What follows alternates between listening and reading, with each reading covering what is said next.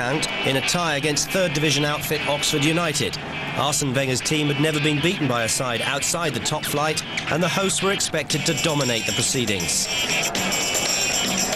With Thierry Henry missing due to a hamstring injury, Dennis Bergkamp and Francis Jeffers made up the strike partnership. Bergkamp was on course for his 100th goal for the Gunners, and with just 14 minutes on the clock, a neat through ball from Jeffers allowed the Dutchman to clip home.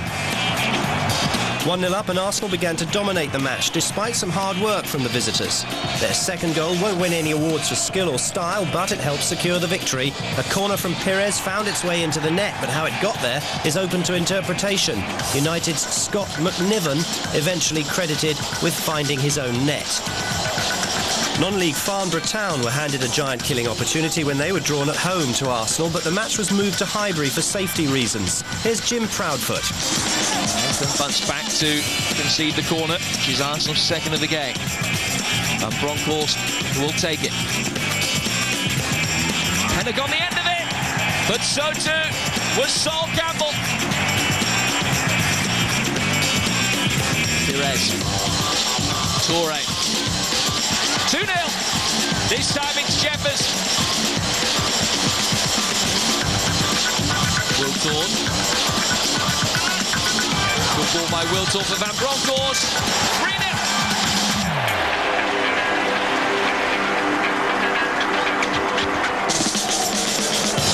Van Bronckhorst causing mayhem down that left-hand side again. And Dennis Bergkamp makes it 4. Lauren, Jeffers on a hat-trick, screams for the ball to be put back to him. But Lauren takes the selfish route and justifies it. In the plum tie of round 5, Arsenal were drawn away to their closest Premiership rivals, Manchester United, watched by Peter Brackley. Edu and Pires. Will be Edu. Taking a deflection and it's in. Arsenal lead. Edu. Running purposefully forward, a good ball inside to Wiltord. It could be 2 and it is! Beautifully worked goal from Arsenal.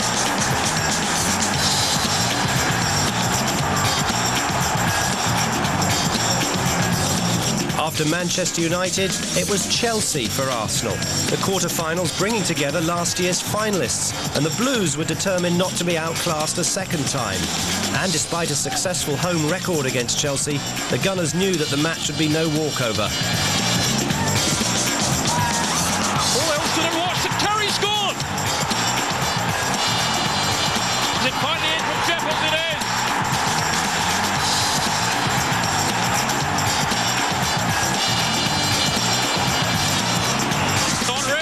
Away from Cudicini!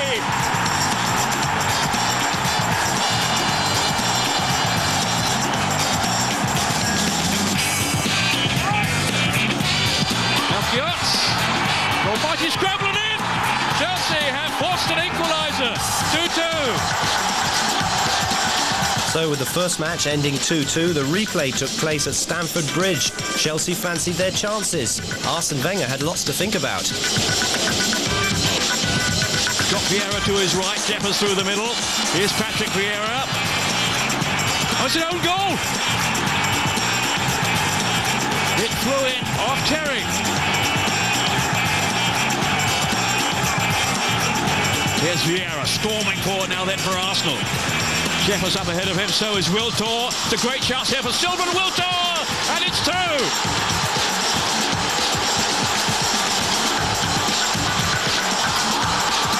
Hasselback. Was he pulled back then by Seagat? He was. Not the last defender. But it is his second yellow and he's off. Hasselback. For a free header and it's in. From John Terry. Arsenal seeking to restore the 2-goal cushion. Still Laurent. He's gone all the way and it's in. Suddenly, Arsenal are back in total control. And after a fine win over the Blues, Arsenal had the look of champions as they took to Old Trafford again to face First Division Sheffield United in the semi-final. Now Jeffers might get a shooting opportunity here. Wiltord the post. Wiltor again. And then in, yes, from Freddie Ljungberg. Southampton came into their FA Cup third-round clash with Tottenham Hotspur full of confidence, having 3 days earlier beaten their opponents in the Premiership. Gary Bloom describes the action. It's going to be Beattie. Oh, it's a goal. Mistake by Casey Keller. And Svensson scores for Southampton.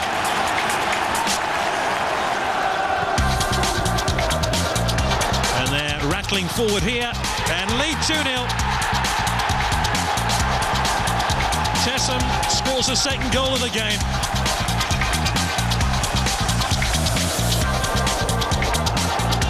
Anders Svensson. Fernandes is unmarked to the right. He's going all the way here. It's 3. Anders Svensson has surely now ended this contest.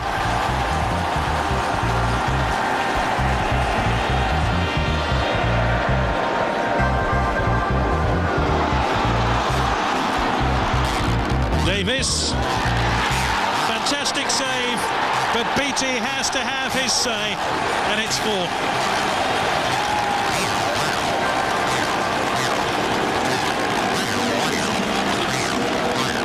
In round 4, Gordon Strachan's Southampton had home advantage again, as they this time face First Division Millwall. Jim Proudfoot watched the game. Robinson's flicked it on, and here's Steve Claridge!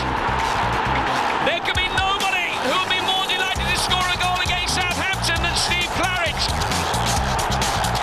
Well, Kevin Davis just back from a loan spell at Millwall. Benali. They're on from Davis. Svensson. Good touch by Joe Tessum. Good save by Warner. But Davis puts it in. How ironic is that? Kevin Davis against the side that he's played much of the season for. Equalises in injury time. 1-1. The replay at the New Den, Millwall, proved to be just as tight as the first match, and for some, just as tense.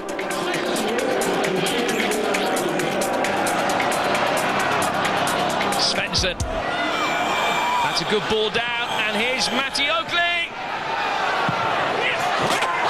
What a good time to score your first goal of the season.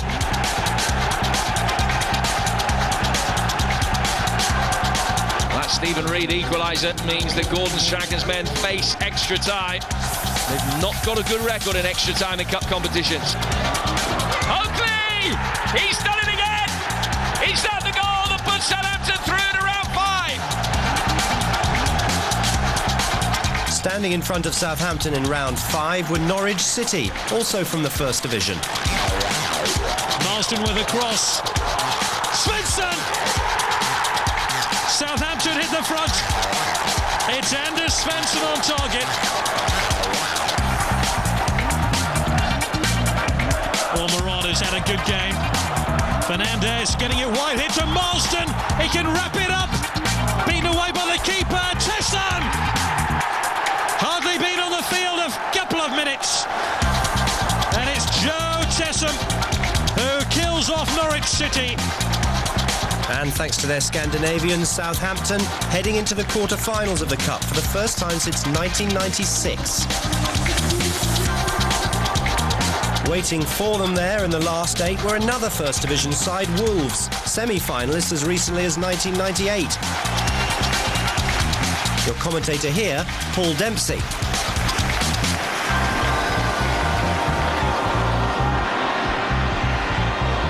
Drop for Marsden, cleverly over the top, it's in!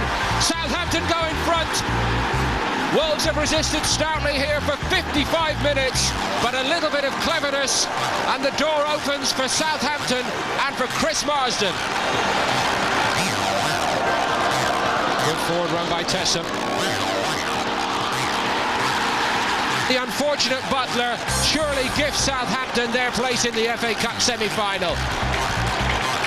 So, to the delight of a packed St Mary's Stadium, Gordon Strachan's men into the last 4 for the first time since 1986.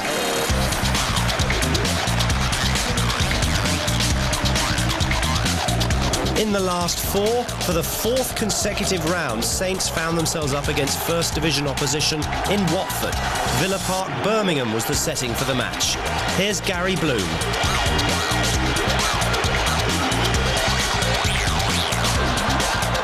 Svensson now for Southampton. Marsden behind him. Terrific ball into Marsden here for Southampton. Is this the breakthrough? It is! Brett Ormeron breaks the deadlock, and Southampton have a sniff of Cardiff.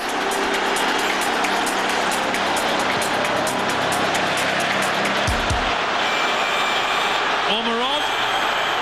Still Ormeron. Beatty arriving. It's gone in. He's bundled it over the line. Southampton are on their way to the final.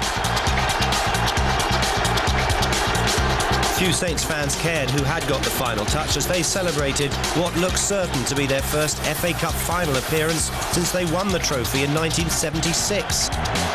A late Marcus Gale header for Watford made it 2-1 to set up a tense final few minutes, but Southampton held on to book their place in the final.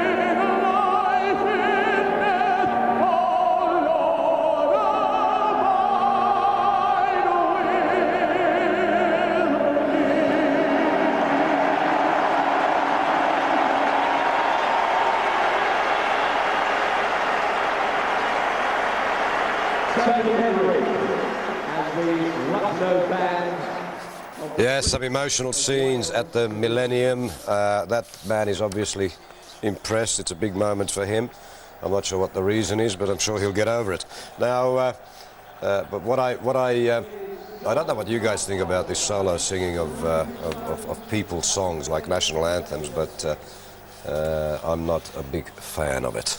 No, definitely not. It's an American thing. Thank you for agreeing with me, Tom. Fozzie, let's talk about, as we look at the players in the tunnel, let's talk a little bit about nerves, because this is where they start to tingle a little bit, isn't it? Well, particularly for Southampton, and I'm pretty sure Wenger would have said that to his team as well. Look, we have thumped them a couple of weeks ago, so they know what we're capable of, and not only that, the majority of their players, have never been to an occasion of this level. You've got to remember that the players realise that this is going around to, how many millions of viewers around the world. It's a massive day for all these players, but the Arsenal players are far more used to it. So I think that's why you'd be saying, let's start fast. Get on top of them, don't let them settle, because the longer they go on, their confidence will start to come forward as well, and you'll find the Southampton players be much more comfortable later on in the half. So I really expect them to come out of the box and start as fast as possible.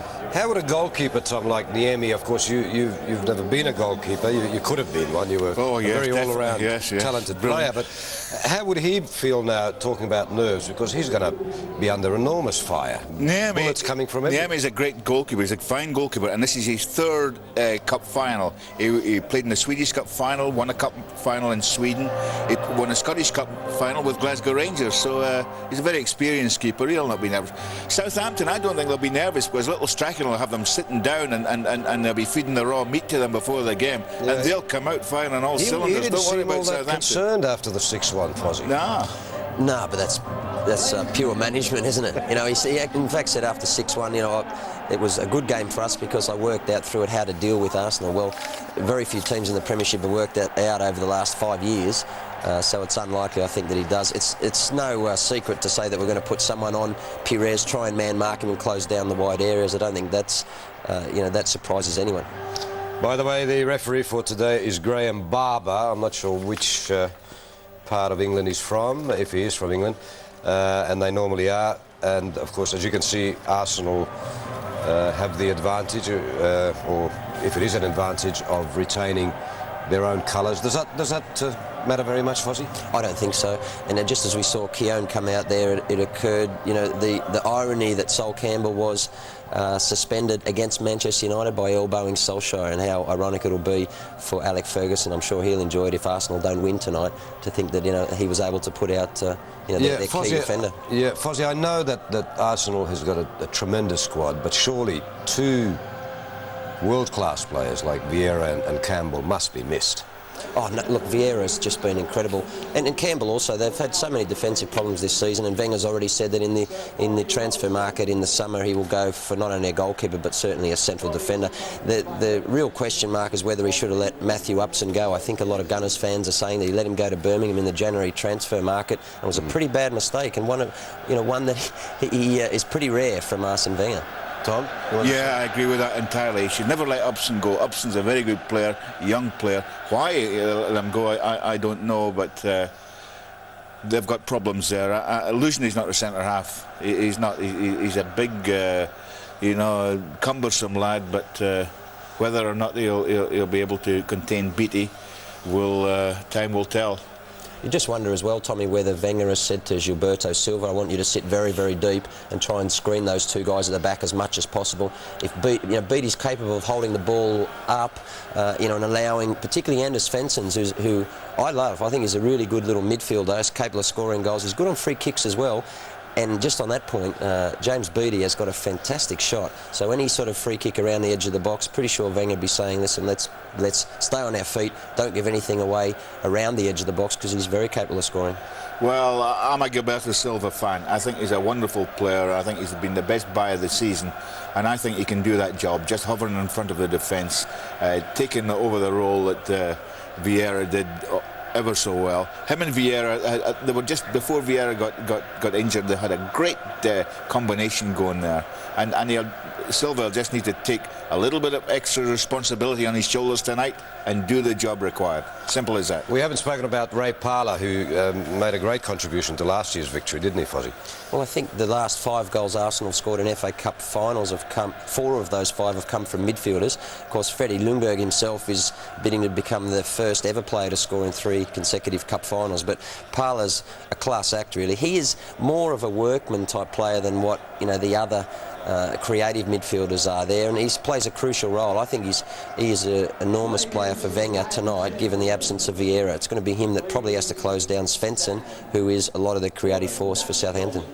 I think that he's played this beard, Southampton, because actually Cole comes through quite a bit from fullback at Arsenal, and he's going to try and stop that. All right, let's go to the national anthem.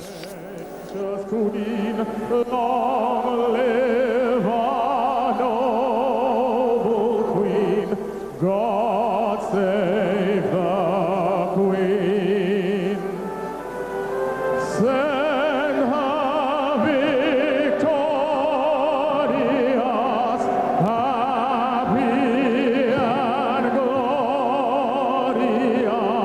long to reign over us.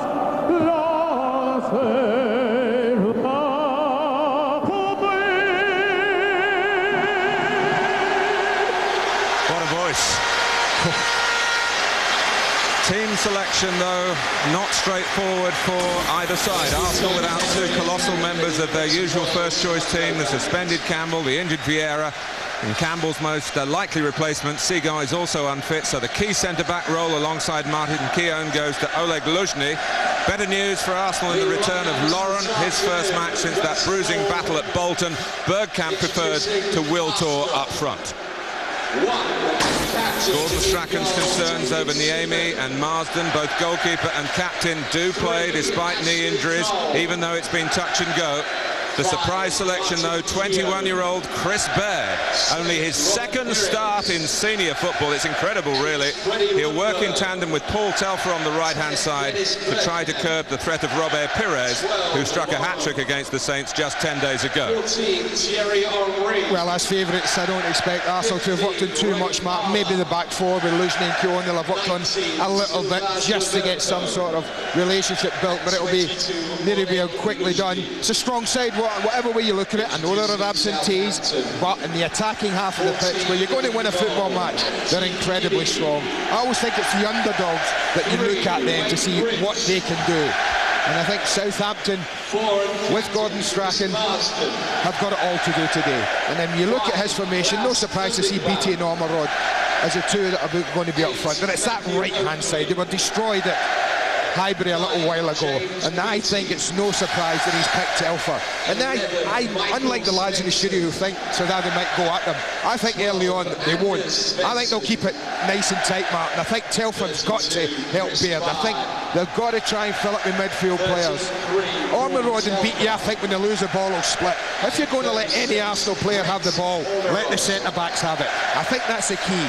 And they'll try and leave Beattie and Ormerod up top, and then they'll try and work the ball forward. If they can get it wide to Marsden and Bridge or Telfer on the right-hand side, then service to Beattie and Ormerod might be the key to them winning it. But they have to defend well throughout the game. All the young mascots who joined the teams as they walked out this afternoon.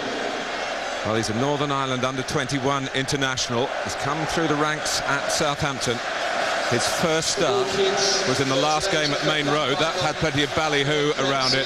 His second is here in an FA Cup final. The more I say it, the more I'm astounded by it. It's a staggering, well, I was going to say a staggering choice, but I do think he was worried, Gordon Strachan, about Fernandez, Martin, but his inability to defend. Well, he took him off at Highbury after less than half an hour. They were 5-1 down, all coming from his side of the pitch. Good with the ball, not so good when the opposition had the ball. Fabrice Fernandez.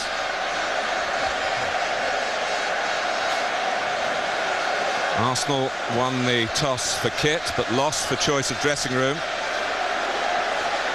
Today they're in the south, which is where they were 2 years ago when they lost to Liverpool.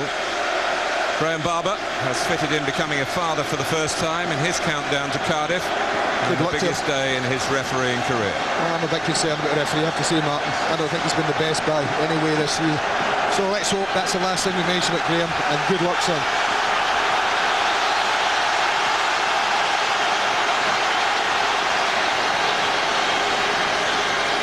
Well, Chris Baird is ready.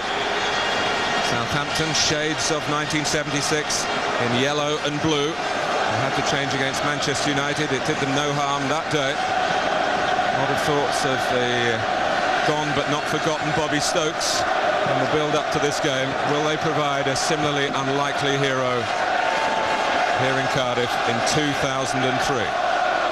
Matt Oakley, a former Arsenal schoolboy player, to set the ball rolling. This silver ball, a new design used to compete for the most famous piece of silverware. That goes Marsden, but Lauren tucked in behind him. And Svensson playing it forward, Keown dealing with it. Gilberto from the World Cup final to the FA Cup final in pretty rapid succession. And talking of rapid, Ori is clear. And Ante Niemi, if Ori maybe had stumbled, he could have got a penalty. Andy. Well, a more honest footballer you couldn't find there. Look at him tugging away at the shirt. It's a penalty, mark, if he goes to ground. But top match for honesty for Thierry Henry. But top match for goalkeeping as well. Had had to come out quickly. Did his job for his team. Goodness me. And here's Ormrod, the hero of the semi-final for Southampton. Up front with Beattie, who's scored such a high percentage of goals in the Premiership, but has only scored one in their FA Cup run. So he was trying to claim that second in the semi that was nearly an own goal.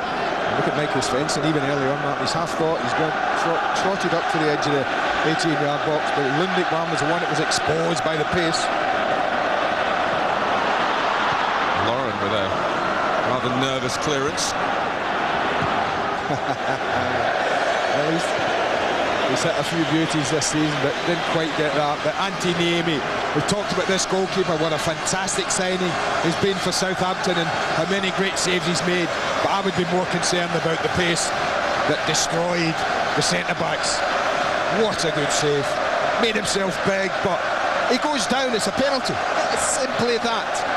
But he wants to score, and I don't know whether the rule, if he gets brought down, someone else takes it. Is it Perez, Martin, who takes it? And vice versa. Well, it's not a rule, it's a sort of philosophy that Arsenal have, and that's right. But you know, Henry has been talking in the build-up to this final about how the other two finals here haven't gone his way, and I wonder whether he'll reflect on the way this has started. But Antti Niemi stopping us all rewriting the record books with the earliest FA Cup final goal. Here's Anders Svensson. Marsden, they love to get their crosses in, Southampton. They know Arsenal aren't at full strength at the back, and they're almost at full stretch there.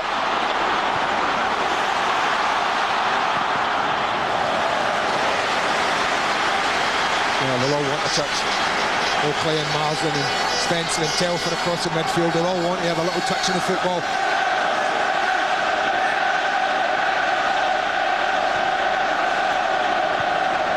Bergkamp. Eased on to Gilberto by Parler. Everyone knows, including Southampton, if Arsenal flick the switch, they can destroy any opponent. They've been finding it difficult to locate the switch in the pressure games, of course, since the pressure's been off. Tremendous win, first of all, against Southampton, 4 without reply. Up at Sunderland, hat-tricks galore. But attention is back on here. The holders cope. Go back to the early 80s and last cup back-to-back. Strachan hoping that his strategies here will stop Arsenal retaining the cup. They've never done that, even though they have won it 8 times, second only behind Manchester United on this particular roll of honour. Oh, you look at cup finals, Mark, you try and think how it's going to go. Will it be tight? Will it be goals? I've just looked at this. No matter which way you look at it, you just think it's set up for goals. I do think Arsenal scored today, and I think the big problem then is Southampton know that they have to do equally better if they're going to win the cup. Pires. And there's Baird going with it. And he does that. Telfer's tucking in behind. It's the area where they just want to shut it down. Interchangeable, the two, as they showed at Manchester City in what we now know is a rehearsal for the cup final. Well, that is the side. Like, we've talked about it all season, Martin. That is the side they really do an awful lot of the damage down. Actually called part of left-sided connection. The connection in Bergkamp. Anders Svensson has hurt him applying it. Yeah, it's a clumsy tackle, just outskilled really by Dennis Bergkamp. Comes off second best.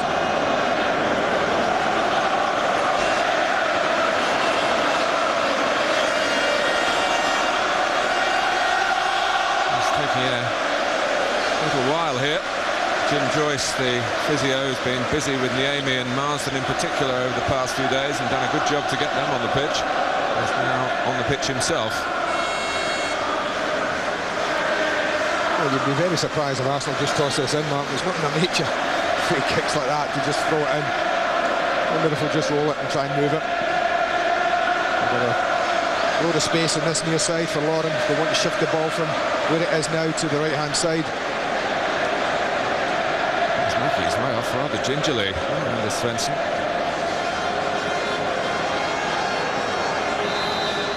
To So Southampton for the moment down to 10 men. Perez opts to just play it square to Bergkamp. They've worked it to Lauren. Perez, still forward. Away from him by Oakley. And Graham Barber, maybe a little belatedly, gets a early concentration on other matters. Forgive him that. See, this is where I think they'll let them have the ball. They've got to try and stop Cole getting on it, Mark. That's why I thought the centre-backs, the centre-forwards might split and let Lujny and Keown have it. Of all the players out there in the pitch, I would think those two are the ones that you would rather have on the ball when Arsenal have possession than the two full-backs who are very good users of it. It's a good subplot, isn't it, to Ashley Cole and Wayne Bridge. And his top two left-backs, although neither will be on the plane to South Africa earlier next week because of today. Early next week. Bridge, although he's played in the World Cup finals, he's Southampton's youngest player still. At the age of 22, until Baird was brought in and was getting him. It's such a surprise that he was brought in. They're nice and tight on the right-hand side, Southampton early on. Both Baird and Telfer working well, working in tandem. Trying to restrict Arsenal. Park hasn't scored since that sensational goal here a year ago. Ljungberg, of course, could make history today by scoring in a final for the third successive season. Henry, he's opened it up for the shot. Oh, it's fumbled by Niemi. This is Bergkamp. And the Baird gets it away. Back comes Lauren. Henry.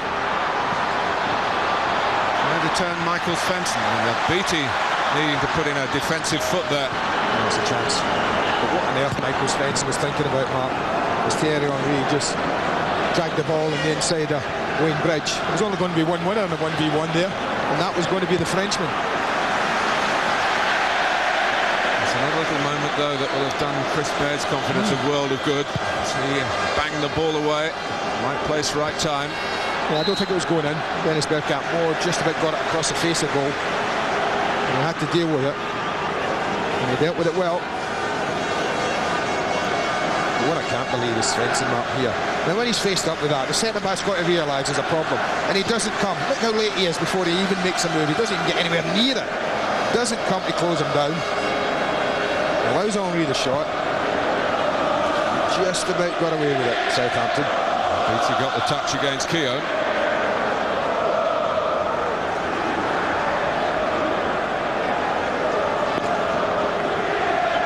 It's a long throw again, it looks like. And Michael Svensson's thinking about it. Touch from Beattie, was it? It's going to be Matt Oakley. Trying to put it into the danger area here for Michael Svensson. Nicely done, nicely worked. He's a threat, Michael Svensson. No doubt about that. He's very good in the air and he doesn't get phased when he gets in and gets a chance.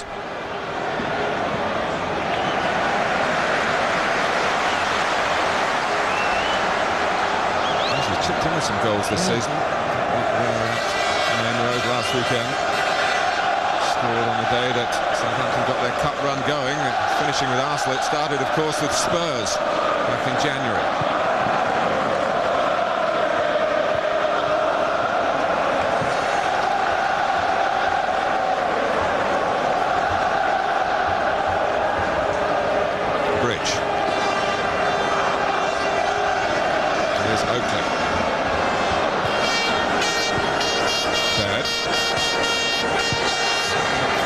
As he was closed down.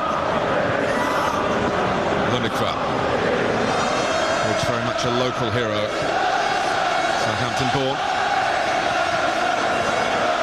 Nice ball from Bridge into Ormerod there. Ormerod's got to make a little bit more of it. So important for the front men to keep the ball when it's fed into them. That was a lack of communication between Parler and Ljungberg. Bergkamp trying to bend it behind Lundekvam. It's a brilliant pass. Henry. And Lundekvam had actually gone to ground and Henry was committed to the shot on his weaker side. What a ball from Dennis Bergkamp, but 3 chances. And neither has been really struck. anywhere near as convincing as he's been this season from the Frenchman. That's the eager beaver approach from Brett Ormrod. I'm surprised here. This is a brilliant ball. That I'm not surprised with. But he gets in, he takes his time. Oh, I'm really surprised. That's a pass back from Henry. Thought he would have turned back in onto his right side. Oh, they're living dangerously, Southampton. They will feel they can pose danger here to the Arsenal goal from the corner. Ormrod gets two. They didn't put too many in, Southampton. They just had 4 players there inside the 18-yard box. They didn't overcrowd it. I think that's part of it, Andy, that one catch by Seaman, one quick throw, and if you've overcommitted. Well, this is a chance. I wondered about hitting it early, but he took the touch. But that's a surprise. Having got the ground as early as he did, I thought, drag it back in onto his right foot. That little curl I've seen time and time again this season. Pires didn't get very far. It's working okay for Southampton so far, their reformed right-hand side. Lauren on the Arsenal right, but turning away even previous FA Cup experience.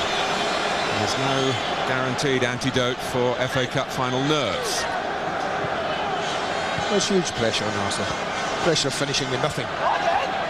It's a huge incentive. It also provides you a little bit of pressure there might not been in this match, Martin, had they gone on and taken the championship.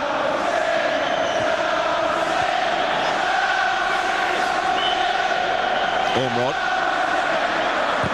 He's got his cross in too.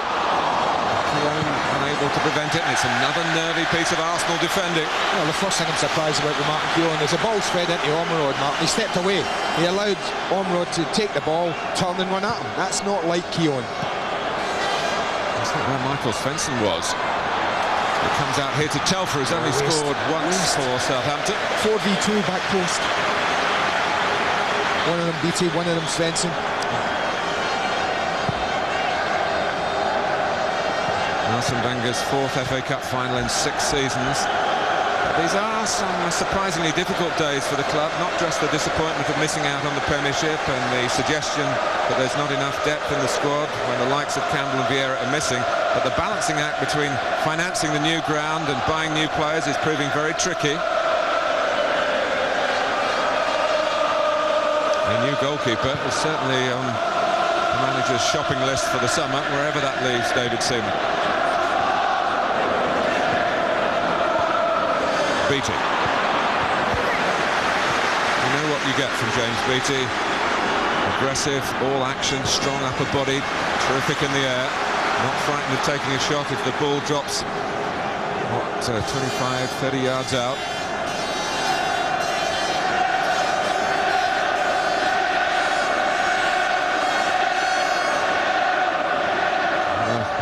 Ball that challenges Arsenal's defending aerially. And Michael Svensson ends up having a shot at goal because of it. Well, that is a chance. That drops at James Beattie, Martin, and he's certainly going to work David Seaman. But, you know, keep it tight. Gordon Strachan would have said to his players, work set plays and just make one count. You just never know, and this drops really invitingly. It's not easy, he has to turn and hit, so a more natural player like Beattie, you certainly feel would have executed it slightly better. But there's been enough in the game for them opening 15 minutes, I think, to give them plenty to cheer Southampton. Henry.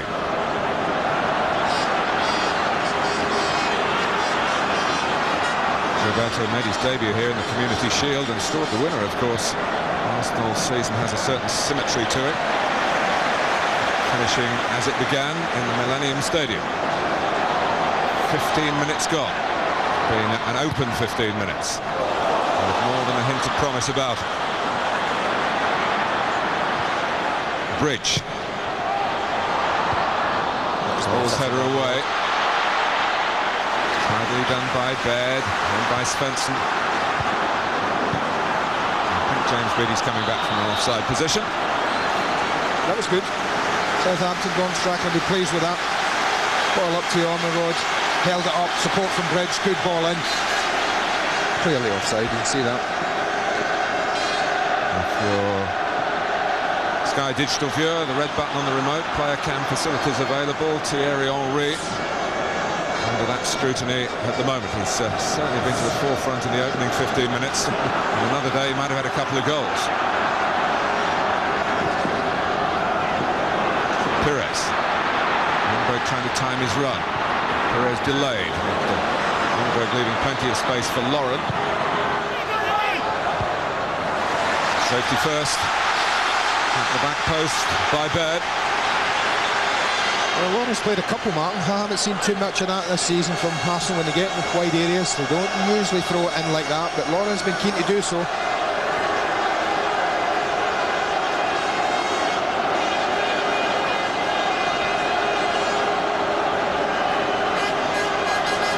For Southampton.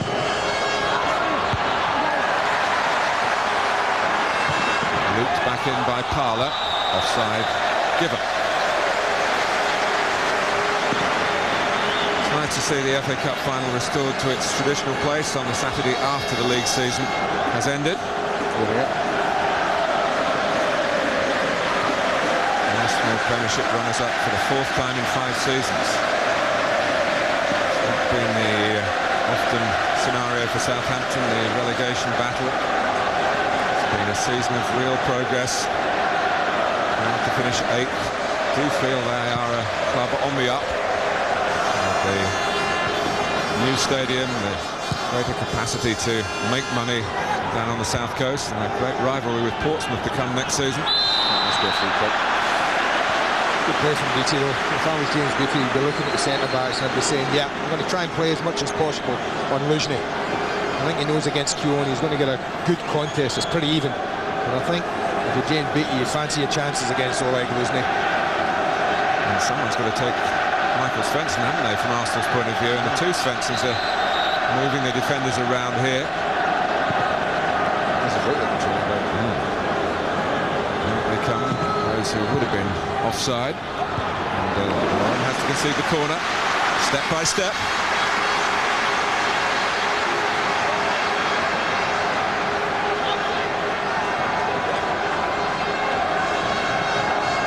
They're settling, I think, now, Southampton, man. Just got the impression now that nerves were there at first, I'm sure of that. But they're here with a job to do.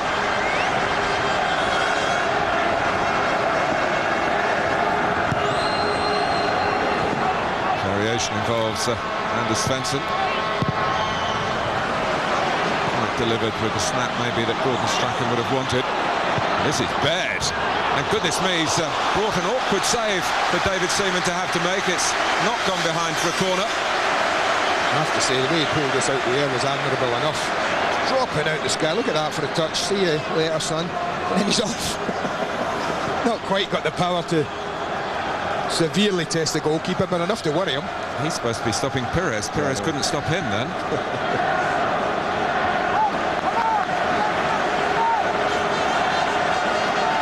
Encouraging start for the youngster thrust in by Gordon Strachan, whose football wisdom has counted for a great deal for Southampton. After his switch following losing his job at Coventry.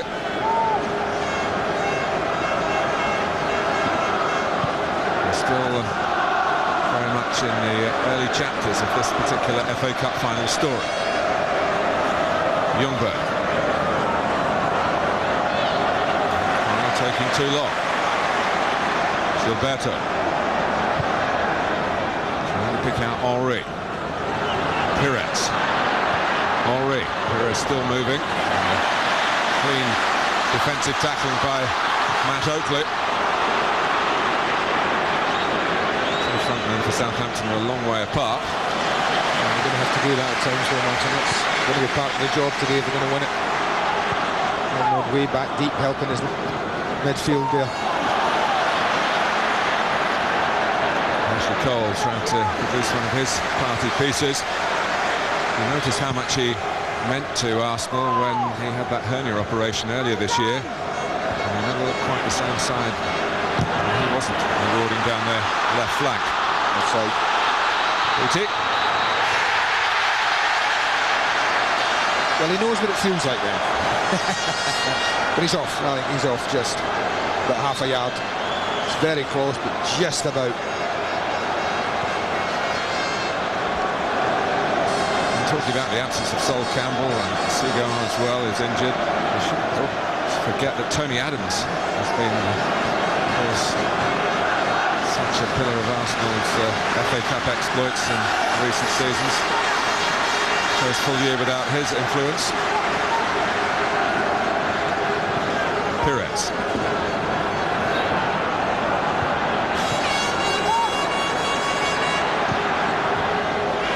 Ljungberg. For the shaven look today. Lauren, it's a bit of a giveaway though, trying to drop it in behind Michael Spencer where Bergkamp had made a run. Parr.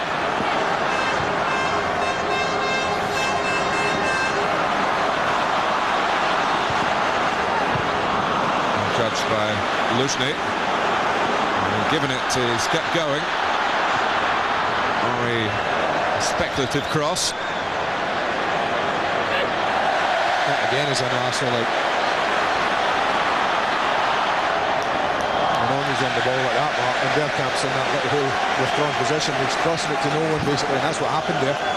Southampton have done well in basically breaking the game up at times. Arsenal, I think, are at their best when the football flows and there are no too many breaks in the game. But they've broken up the possession like that, upset the rhythm at times, and I think that's helped Southampton. Bear. Tidy turn from Telfer. There's a man over here, it's Chris Marsden. He'll look to beat it.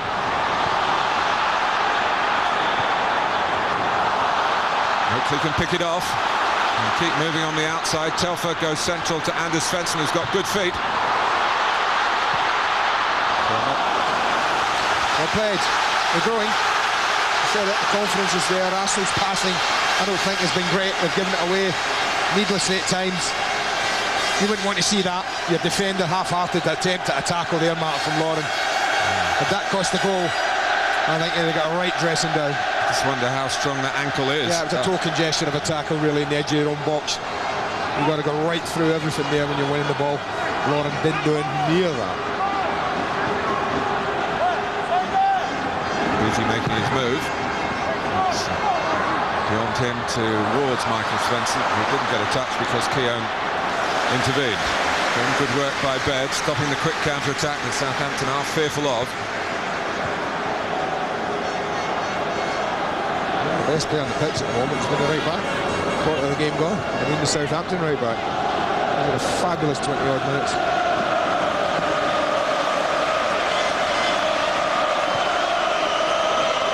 Luzhny, really a right back himself. Stopgap centre back for Arsenal today. Ron Strachan was full job, first job done. Got to the quarter mark in the game and at no worse than 0-0. And it could have been a goal down within seconds. He's got finals are decided, man. Keown.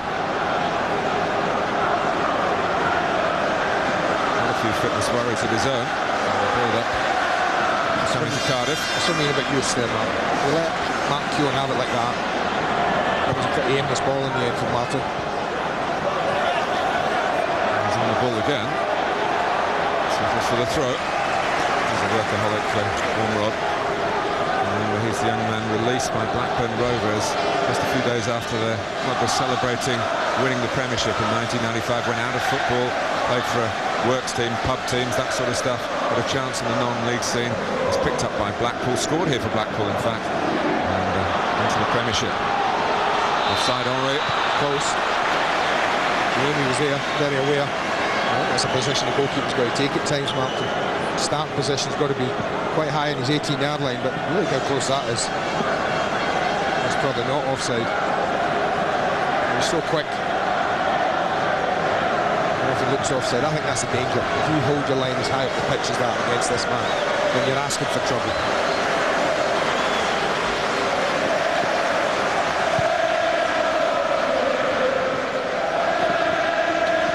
Leap by Beattie. Well, he's got to beat Illusion. There's a doubt about that.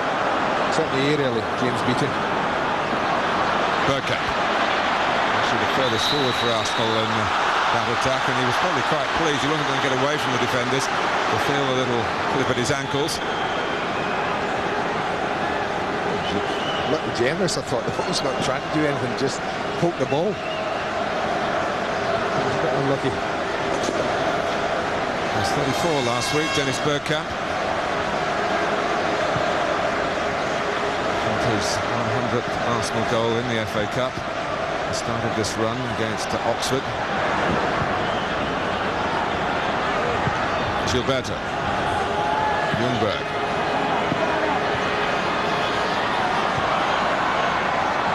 Gilberto. Square to Pires.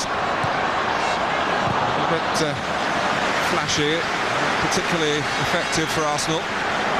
That's more like them, wasn't it? You know, a little intricate, little flips, little ball in, edge of the 18-yard box, people running off them.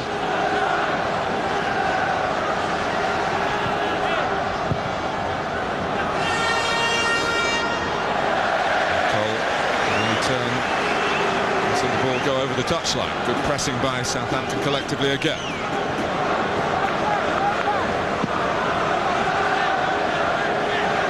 Bit of adjustment from Gordon Strachan.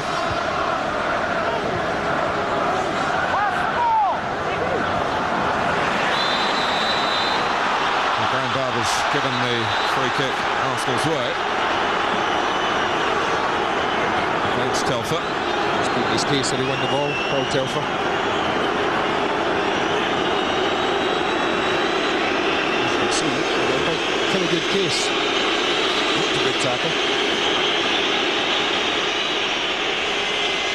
Well, he comes across, comes from the side, but I think he pretty much won that ball, Mr. Tyler, all of it. And then, but there's sometimes a difference. You can kick through a player to win the ball, but you can see clearly he didn't do that. Gilberto's actually, I think, been feeling the strain of a year and more football really without a break. All the way in the World Cup, straight into the glamour move into English football. As though they certainly signed a top-class player for much of the season. Sven-Göran Eriksson will know all about Gilberto's pedigree from his studying of the world game. But Gilberto's season has ended rather disappointingly. Called him the invisible wall. That was a compliment. He's been rather just invisible in some of Arsenal's recent games. I think this is his 51st domestic game for Arsenal this season, so it has been a long slog for him in his first year. Just one yellow card, incidentally, and that was here on his debut.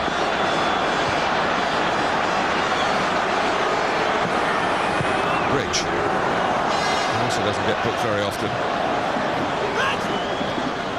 Keown came marauding across, and he's going to get booked. A long time to think about whether to make the challenge or not. It's a daft challenge. It's a reckless challenge. He's going nowhere, Brett Ormerod. He's just trying to retrieve the ball, Mark, and keep it in play.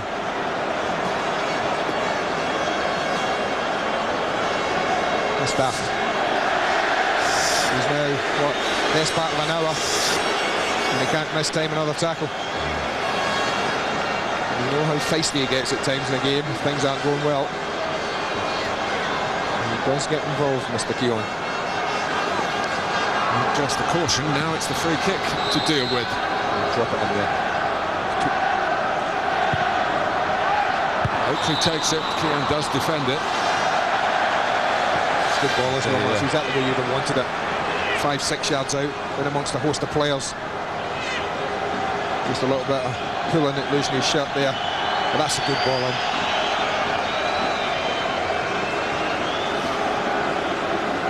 Brett Ormerod is now being watched by the player cam if you're a Sky digital viewer, particularly with a Southampton interest. You can follow him via the red button on the remote. Gilberto's back on.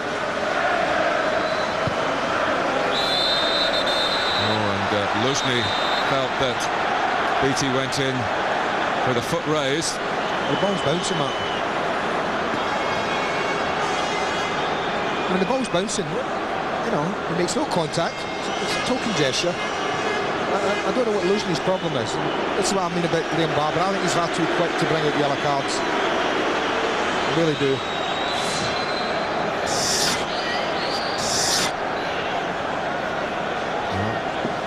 The top gun for Southampton. There's a yellow card in quick succession to the one for Arsenal's battle-hardened defender Martin Keogh. Lauren.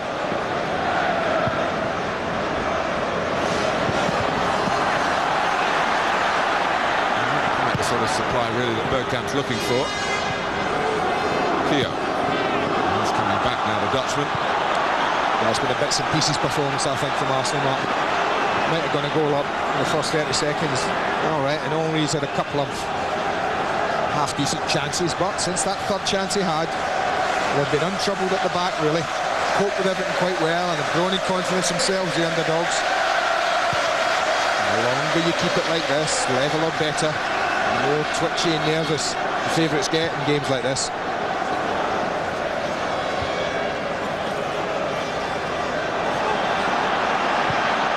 Ljungberg. Back goes Lindelof. Back goes Baird, and ball, in any case, reaches Anthony Niemi. He missed the semi-final. You might recall Paul Jones came in and played very well, and has played very well in the majority of matches since then. Niemi given the big job on the big day. Marsden. Away by Gilberto. Collected by Baird. Oakley. Gilberto wants to let this run. He was thinking about it. There wasn't enough pace on it, and the fact that Ormond wasn't really snapping at his heels tells you that it's opening half an hour or so. It's just taken a little bit out of the legs, as it will, when tension is involved.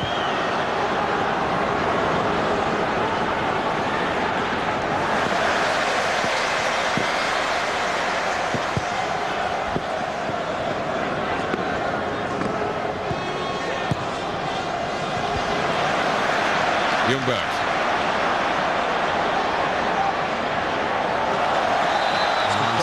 Ljungberg, man. Very quiet, Freddie. Hardly been in the game, but the threat of him is he doesn't need to be in the game. He just makes one of those little diagonal runs from right side into the middle of the box, as he does so often. That's all he needs to do, and then you know he's around. He knew Chris Marsden was around then. Beatty comes back. It's Bergkamp to take the Arsenal free kick. Got a curve on it. Interception by Lauren.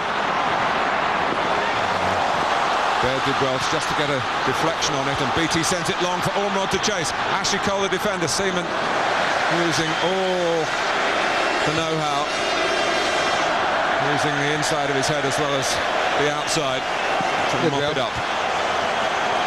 Took responsibility. Goalkeeper's mainly about making decisions. And he got that one right. It was a good ball. Released it early for Ormond. But they're not at it, I don't think, the holders.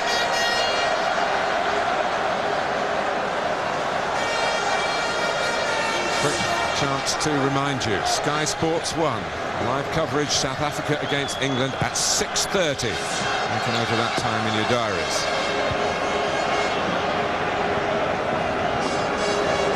Pires.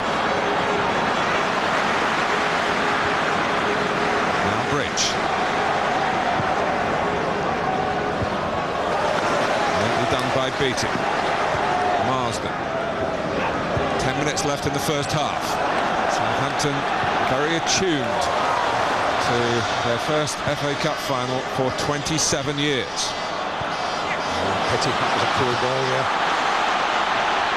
Main Bridge. They got away with it again, though. Arsenal a bit wasteful with distribution. Ormond take their time to get up, aren't they? Lauren really did rattle into him.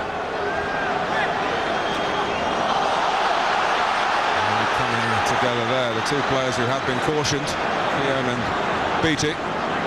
Henry. Gilberto got a foot in.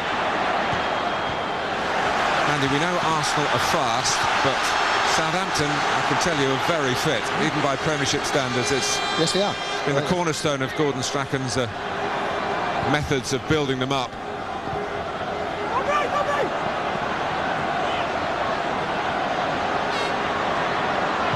Perez. Goes across on the cover. Beaten by Perez in the air, but the ball dropped safely for the Saints. See, Bridge can do that, Mark. You know, when Youngberg goes in there, because Lauren at times only half thinks about getting forward on the right-hand side. Bridge can go all the way in, mark him real tightly.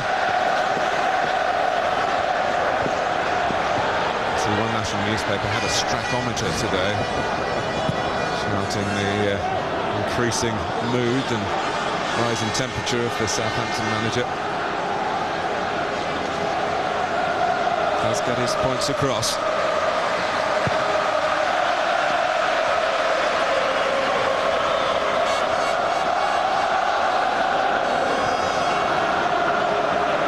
Perez. Defending again. Dropped off. Good positions. Needs total concentration against the team of the calibre of Arsenal, though. Of course, Southampton is starting to think, yeah, this is what the boss said. It's working out as we hoped for. Half-time still 7 minutes or so away.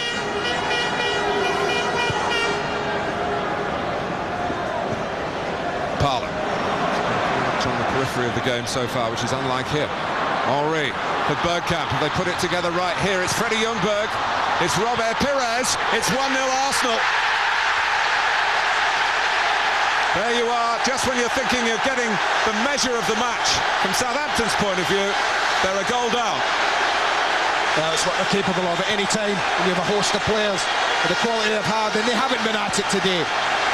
But they're always capable of putting a move together. Holds it up. Svensson for once is a little bit off Thierry Henry. Didn't really get the tackle in early enough. They needed a bit of luck. They didn't get it with the rebound here when Freddie Ljungberg just loses control. This could go anywhere off Lundvik Varman, off Ljungberg. Unfortunately for Southampton, unfortunately for Arsenal, it drops straight to Robert Perez. And he gives the goalkeeper no chance. That's what I mean there. If Svensson's a bit tighter, then only doesn't have the time to assess what's going on. That's a little bit of luck. Pretty good finish. Extraordinarily, it's Perez's 5th goal against Southampton this season. 3, of course, in the league game 10 days ago. 1 down at St Mary's when the Saints won by the odd goal in 5. And here on neutral territory to give Arsenal the lead.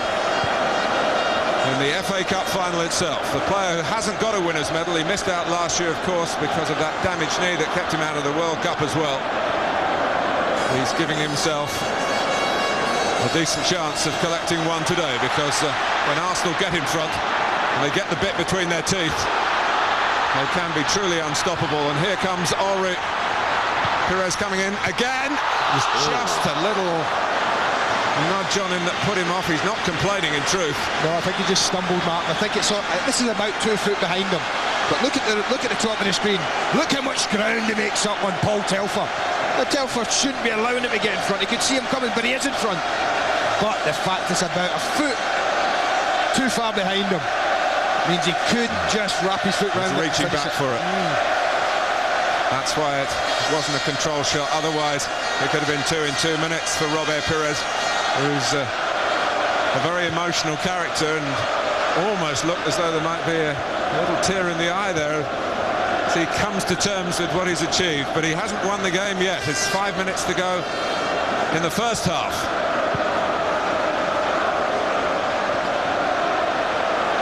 Southampton mustn't lose another. I think that's absolute key to the next 5 minutes. It's important that Gordon Strachan, if we can get to half-time, no worse than this, Martin, that he does reaffirm all the things that were good for them in the first half, and that Arsenal haven't been indestructible this season. They have conceded goals, and they have lost games from winning positions.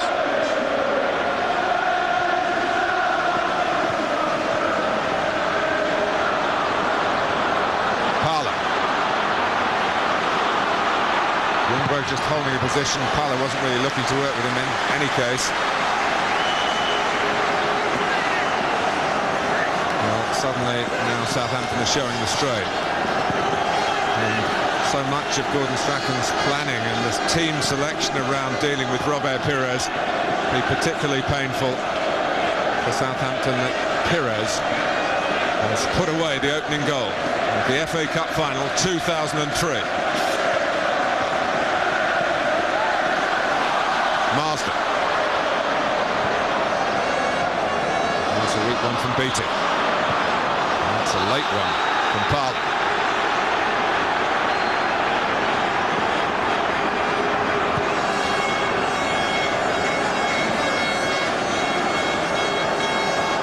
Late there. It's probably a far worse tackle than James Beattie's ever was. He gets away with it.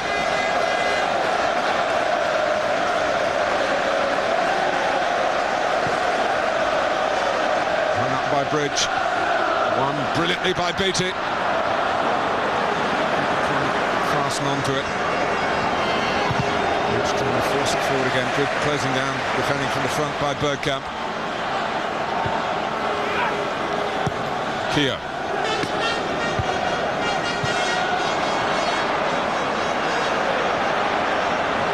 Pires. Cole. Cole for a cross. Now Gilberto. Subdued at the end that Arsenal are attacking. That's where the Southampton fans are in their majority. And they'll be even more subdued if Bergkamp gets the angle right here. And Parlour gets a second swipe at it. Henry would have been a candidate in the end for one of the untidiest FA Cup final goals of all time, but just a bit. Why is Henry not hitting that? Why is a man who scores the goals he has, Matt, slide it wide to Dennis Bergkamp? They get a little bit of luck there as well. Good reaction from Lundekvam. And Freddie was going to bag his 3 out of 3 there.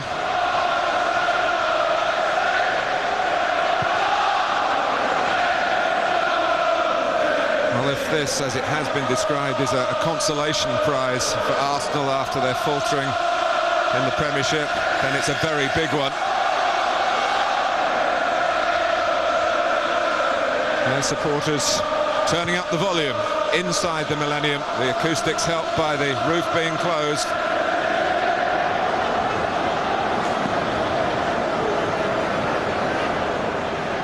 Keogh. Laura. Gordon Strachan will be grateful for the chance to get his players in and impart some of that Scottish wisdom and wit. Need one of his quips to get the spirits up again. He's got plenty of those in his locker. See how far James Beattie is, look what he is now, behind his right back there. It's been part of the game plan on that side to try and get one of the front men to help Telfer and Baird. Perez. 2 working there for Southampton. He's a great athlete, Paul Telfer, incidentally, in his 30s now, and he can run for fun. He'll need those legs in the second half. As you stressed earlier, Andy, to concede a second goal would be extremely perilous for Southampton. I don't think they can afford it. But it's this man who missed out last year, doesn't get a bit of luck. Luck does play a part in cup finals, Mark. That was a little bit of good fortune there. It could have cannoned off Lundekvam, it went back into Freddie Ljungberg, it dropped right at Perez. I mean, you'll take that in a cup final, but a very, very good finish and relief, because he's watched his side not play that well, I don't think, in the opening first half. You'll take that from a player coming back from a serious knee injury. 16 goals for Pires this season. Yeah, he's been great. 2 added minutes before half-time. Take those 16 goals and all the other attributes he has, the assists that he has, and he's a huge asset to this team. He's got a wonderful running style. He seems to just kiss the grass with his feet, doesn't he? Doesn't leave any divots, that's for sure. And on a pitch like this, you're grateful for a few players like that. At least the ground staff are. Relayed only a few days ago. There is a downside for the Millennium Stadium where they make everyone so welcome, and The whole setting is in keeping with an FA Cup final. It is a shame that they haven't been able to produce a durable playing surface so that we could play with the rain, with the roof open. You can't blame the Football Association in these circumstances for what you're looking at down there, the green. They have the facility to shut out the rain, and they've done that. Southampton haven't been able to shut out the Gunners.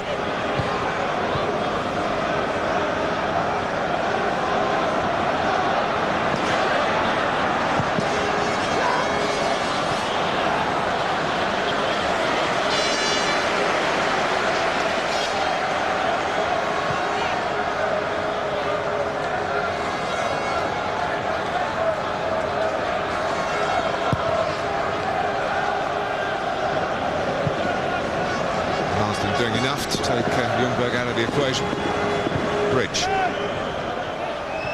Well, we often talk about how managers can't do an awful lot, Martin. Well, a few seconds time, Gordon Strachan is going to have to earn his money.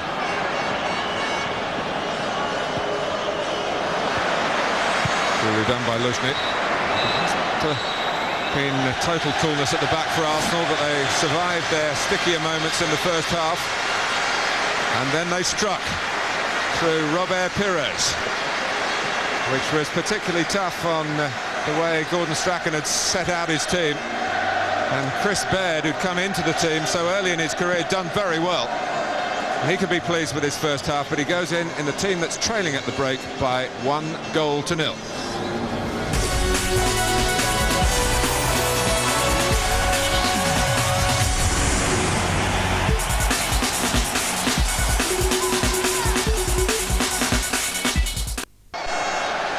So the men from Highbury restarted against the Hopes from Hampshire with a 1-0 lead.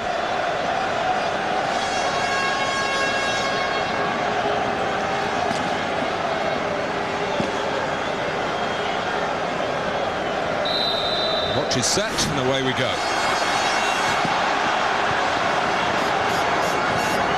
Luznik to Gilberto.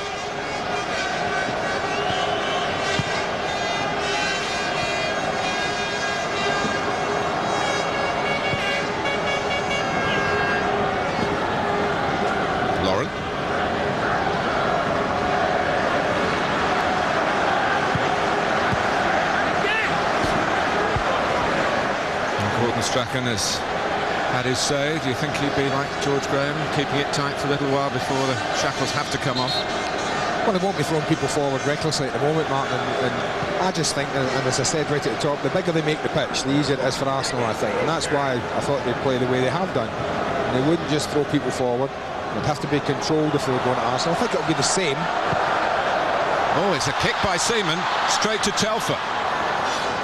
Suddenly Arsenal are all edgy and anxious again. Just because it's the favourites in front, it doesn't mean that this final is over, not by any means. Just got away from Ormerod. Turn was a lovely idea.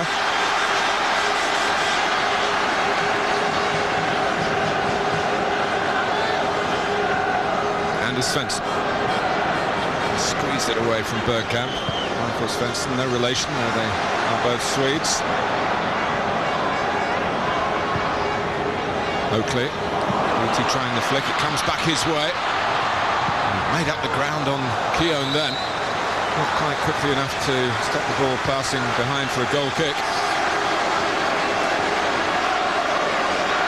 Well, we'll be hoping Southampton fans that this is a sign of things to come for the second half. Pushing forward, testing Arsenal, hopefully that's what their cause is. Both teams now attacking their own sets of fans. I always think that adds to it on Cup final day.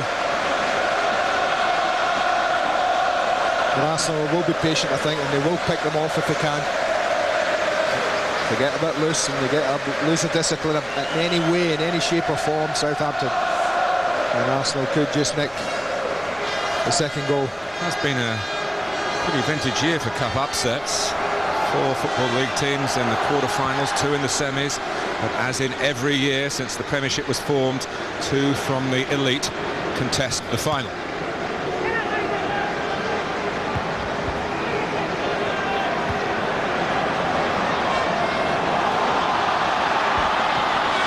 Keown, what's Seaman's kicking like this time? Well, it's just as erratic as the one right at the start of the second half.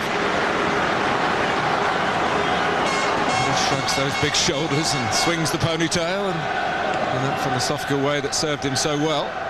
Gets on with the game. He's not had a lot to do, David. I mean, you and I could have played goal first half. But we couldn't have grown the ponytail. I wish. It's a free kick against Luzhny. Well, they get that.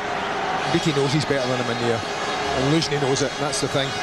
So he's trying to get to the ball, and he's giving away needless free kicks. This is the one area where surely Arsene Wenger would be saying, listen, get close, get tight, but don't give an opportunity to Southampton to play a ball in from this side of the area, and that's what they have.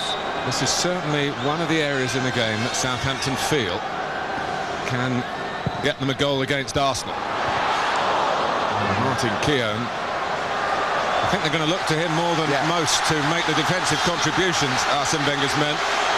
Well, I look around at them, see Lauren, Ashley Cole, Luzhny and Keown in the back four. Who'd you put your money on and make headers? I know who's my money would go on. I'm at the bottom of the screen. So the message is, put this corner somewhere where Keown can't head it, somewhere where Seaman can't catch it. And maybe Southampton will be back level. Oakley tries to do that. Seaman gets some contact with it. Whipped in corner. And this fellow, the other Matt at Southampton for many years, now the main Matt. Tries it in left. Beattie. First little sniff, first little glimmer. It's a difficult chance. Not a great deal of pace on the header when it arrived at James Beattie. He gets in front of Mankin only just, and he had so much to do to that ball to test the goalkeeper. Just tried to help it on into the far corner. Got a bright 5 minutes for the Saints.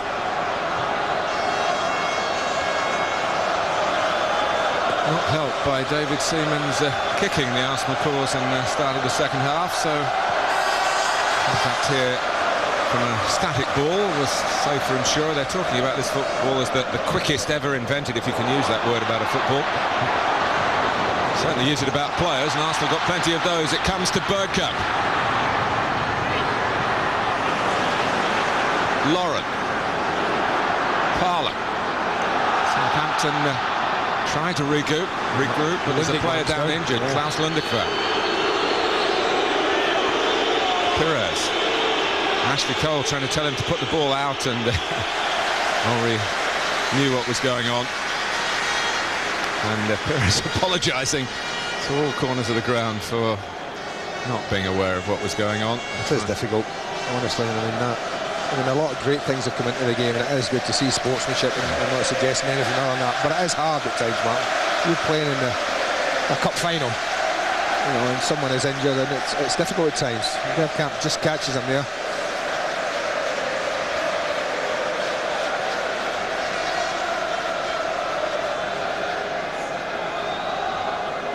Lundekvam, who's played, well, this is game 266 for Southampton without scoring. He's a defender through and through, as that suggests.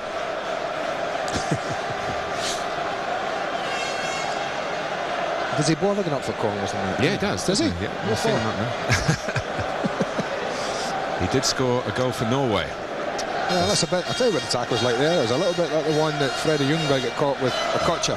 You know, a little bit late, a little bit clumsy with it, Bergkamp.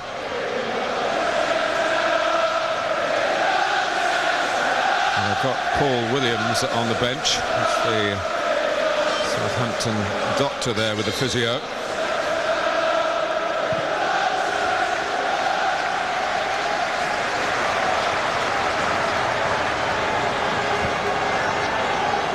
And what's happening at the moment is that Telfer is playing Patrick Vieira, wishing he was out there probably kicking every ball in his mind, and I wonder whether, as has happened recently, he might get on the pitch at the end for the presentation if it goes Arsenal's way. As Liverpool did against Arsenal with Jamie Redknapp, of course. Bergkamp stayed on his feet. Parried by Niemi, and it's the side netting. And Freddie Ljungberg still hasn't got that historic goal. Well, the goalkeeper's living a charmed life today. He gets away with this. Lovely skill from Bergkamp. Know exactly what Dennis is going to do here. He's going to look up. He doesn't even need to. He's going to bend it away. I don't think that's a brilliant save. You're going to get it. You've got to get further away than that. And he must have thought the moment had arrived. Just looked to side-foot it, quite rightly. When he didn't thrash at this, Freddie Ljungberg, there was no need to. But just watch the way he comes in, side-foot, go on. Just come off the top of his boot. Brett Ormerod was a bit lucky, wasn't he? Did you see him flying in, trying to challenge? It was a forward tackle in his own penalty area. Bergkamp down. Ljungberg didn't score, and Southampton are still within reach. Just one goal down, and Klaus Lundekvam is a very composed character. Not shaken up too much by challenge on him by Bergkamp. He's back in business.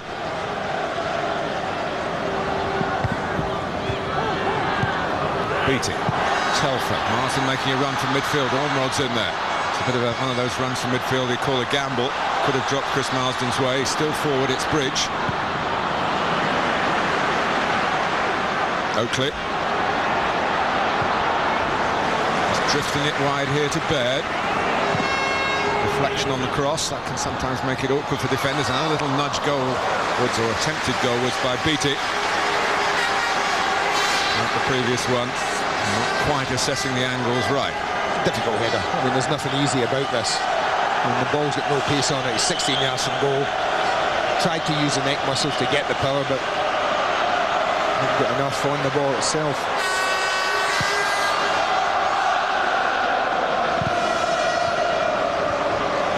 Stealing in.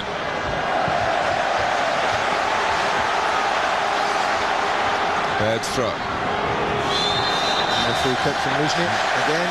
Beattie's got himself on Luzhny again. There's Michael Svensson. The definite presence for Southampton. He's having a look, James Beattie. The free kick at St Mary's against Arsenal. Not quite from this far out, so he's decided I think there might be a better use in the middle here. So which one's Keane going to pick up? At the moment it's Michael Svensson. Trying to get Beattie on someone else. Didn't quite work out by the direct route, but indirectly, some profit. A corner. Well, what Martin Keown, I think, does in corners, Mark, he doesn't pick up anybody. They mark players, and Martin Keown is almost a spare man. And I think their theory, you attack the ball. And he wonders where Svensson is. There's a little look, but he almost gets himself into a position where he can just go and attack it. David Seaman didn't get there. He's a good leap, Telfer. You talked about his fitness, but one of the things we haven't mentioned yet is for a small lad, he's got a fantastic spring on.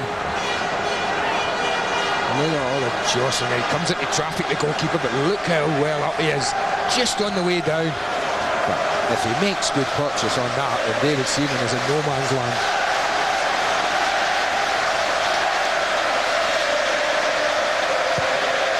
Encourage the Southampton supporters as the Arsenal fans wave there. Telfer. Of course, came into football as a right-sided midfield player. It's a job that he hasn't done regularly for some time now, but he's relishing the stage here. Svensson, good foot in by Gilberto for Arsenal. Bergkamp, now they can move through the gears quickly. Pires to Henry. Lundekvan's got a problem. Henry! Well saved. Picking a lot. He must be thinking, not again surely. He must be thinking, Thierry Henry. Only one winner here, you've got to try and keep him on his left. But it's a lot easier to say that than do it. That's the one, that's the trademark attempt from Thierry Henry. From inside left, the little bend with the right foot, that's a fabulous save, because the bounce of the ball could have easily taken it over the outstretched arm.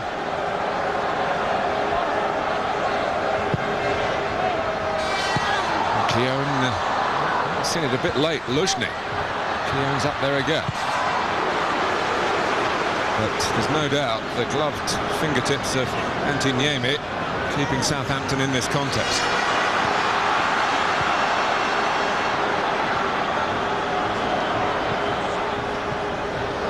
Perez.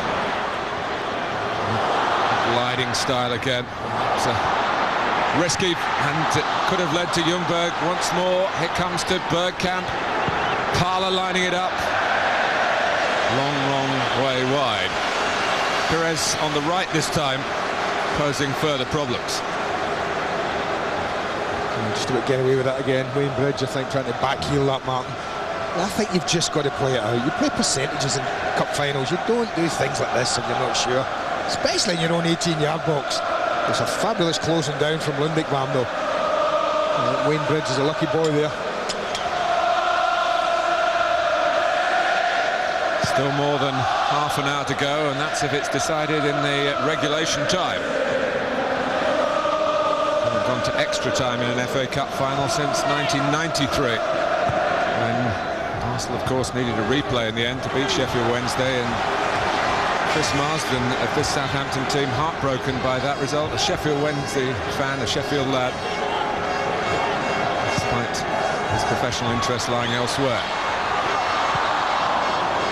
That's when you need a bit of luck. When you go up like that, all right, you're not going to get the header on goal yourself. Sometimes he knows that. But you make the ball, make sure the ball drops in the area. Two players were in good support, but didn't drop to them. Telfer caught Perez.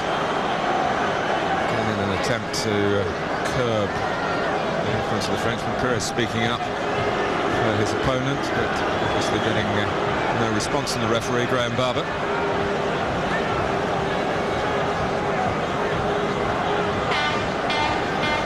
That just curbs the Southampton midfield player.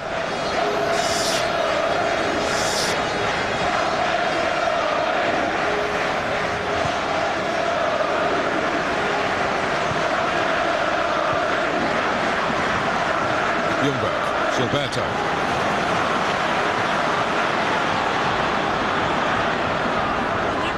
From Bergkamp, Ljungberg on the stretch was Klaus Lundekvam. It's beautifully cushioned by Bergkamp.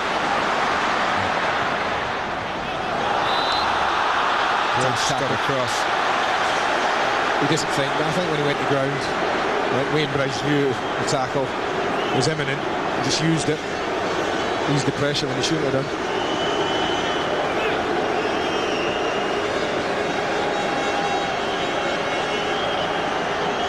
Screens within the stadium, and the supporters seeing themselves pictured on the roof.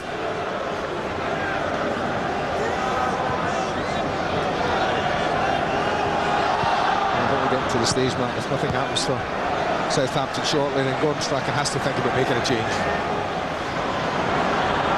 And it was very complimentary about Joe Tesson after the game at Arsenal 10 days ago. Tesson scored.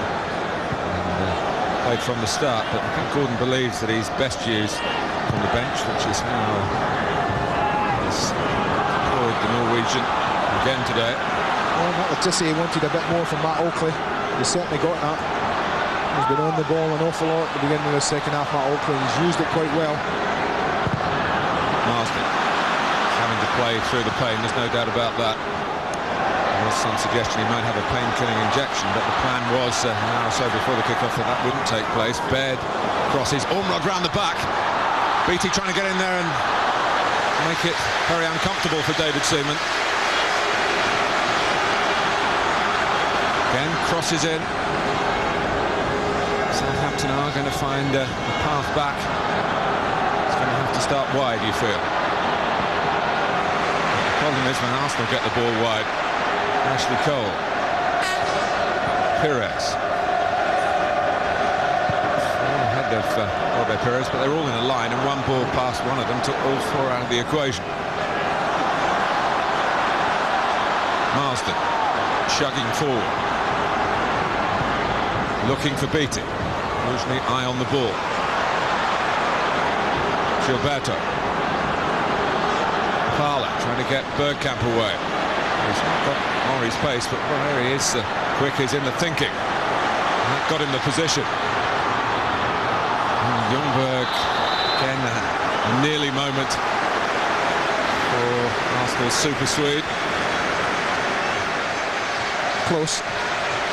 Did well, Dennis Bergkamp. He's not going to pace him on me, but he's still quick. Tried to just slip the ball through. I think that's good defending. There was no intention of dealing with the ball. Lindick Varmy just kept Ljungberg away from it.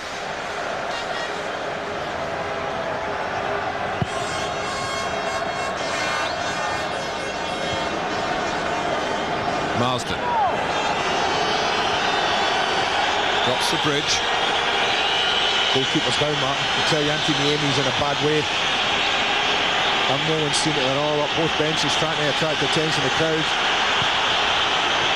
Well, Anders Svensson was, I think, aware, but wanted to keep going, and did that free it for Arsenal to play on the counter-attack? We'll never know, because the ball has now gone out. But Niemi, whether it's the knee again,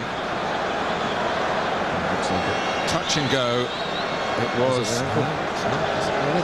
Back of the calf. Certainly when he struck the ball. Yeah. That's a muscle injury by the looks of things, man. That's got to be a calf pull. Well, we may be getting a substitution, but it's not the one that Strachan would have wanted. It's bad news because you've got 3 changes to make. You want them all to be outfield players, and you want to be able to choose when you're chasing the game. You're going to have to waste one in the goalkeeper by the looks of things. Paul Jones, I think, knew that he might be needed today, but he thought it would be the knee injury. So it was a very, very close call. Anthony Niemi hasn't been able to train all the time in the few days leading up to the final. And of course, the substitute goalkeeper knows all about this stadium. He's played here, I think, 8 times for Wales. He remains the Wales #1, though he can't get the regular job in the Premiership for Southampton. Well, if there's any good to come out of this for Southampton, Martin, it would be the fact that Gordon Strachan, in the middle of a game, could get some instruction on. He's had a few of the players over to the side, having a little word with them. That Donnelly, you can't do that. It's impossible to do in a cup final during the game. He's been able to do that. Well, you think back, in the old days when there were no substitutes allowed, and we had that Wembley curse. Remember the Manchester United goalkeeper Ray Wood having to go off. He actually played as an outfield player in the end. And the job was taken over by Jackie Blanchflower, a defender. But here's Paul Jones, definitely a goalkeeper, coming on for the stricken Antti Niemi. 20 minutes gone in the second half.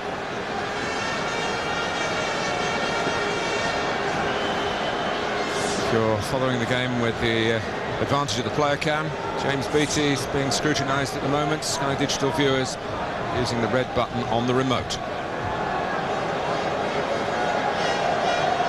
That's a very interesting one when the ball comes back. Are they going to toss it back to Arsenal? Technically, they didn't really kick the ball out, did they? No. They'd already gone for a throw before Ashley Cole, I think, was trying to make the point. Well, I would have done it anyway. Can you give us the ball back? That's where it gets unnecessarily complicated.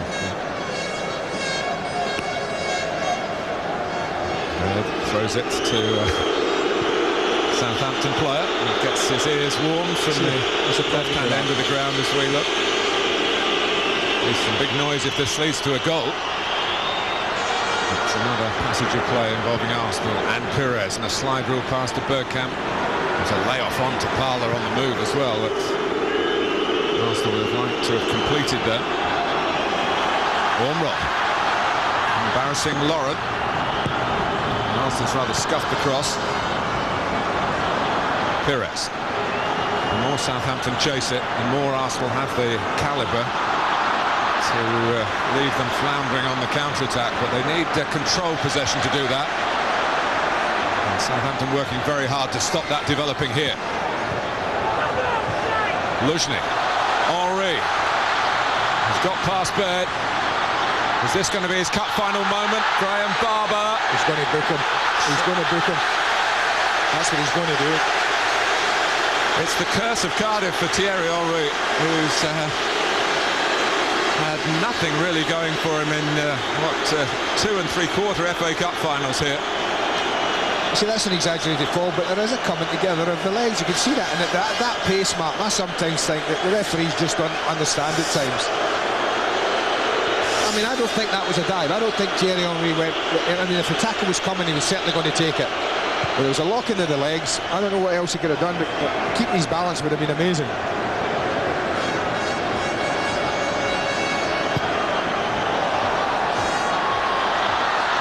Here's Marsden. Gilberto gets back, still with Marsden though. This is Ormerod. Southampton need numbers in the box now. Bridge. Gilberto's there again. There's been a couple, Marsden then Bridge, chance to whip it in. When they need a good ball in it, numbers in the box. Marsden again. It's a better cross, but the numbers weren't there. Oh, and Ashley Cole taking a chance in the defensive third. That's going to lead to a big price to be paid. Parler and Marsden with eyes on each other as much as the ball. Maybe more than the ball. This is Ormerod. Got that all wrong. Arsenal fans upset because they think the ball should have been kicked out with Ray Parler injured, but that's when it becomes farcical, things like that. I mean, neither of them fancy this. Neither of them. It was eyes shut and, I hope I don't get hurt. Well, sometimes you do when you go in like that and don't focus on the ball. Two old pros who thought that they knew the best way to get themselves out of trouble then, but because they both took that route.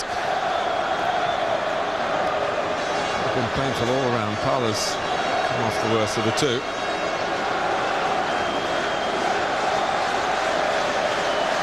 There is a feeling at Highbury that Ray Parler's time at the club is drawing to a close. He's been a wonderful servant. Played in the first game in '93 against Sheffield Wednesday. Didn't play in the win in the replay. Man of the match in '98 when they beat Newcastle.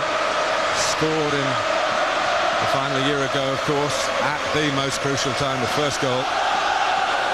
All this delay has given Paul Jones a chance just to bed himself into the game mentally. Well, we can see this again. I can confirm it is a torn calf muscle, right calf muscle. But it's not directly the knee, but I'm sure there's an indirect reason, because of course he hasn't been able to build up the muscles around it. He hasn't been doing any work really.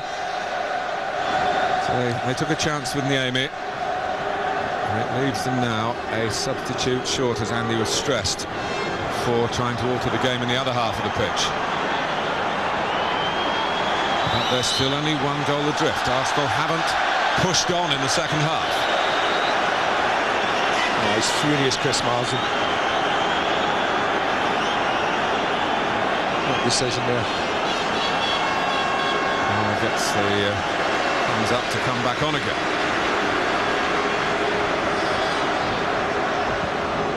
Luzhny.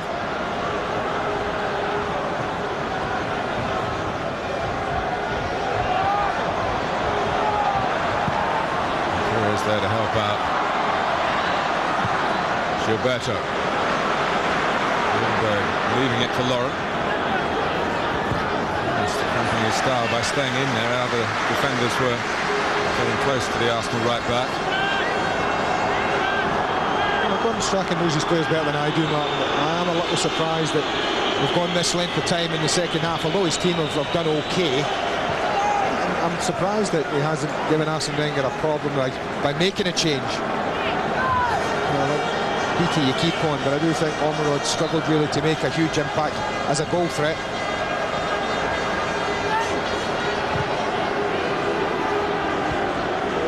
Headed by Beattie. Ormerod was offside when Beattie touched the ball. This is all about pairings. Who likes working with him? Beattie may well have a preference for working with Brett Ormerod, who was just back on his heels a bit there. This is all about getting the goal back. You don't win the cup final.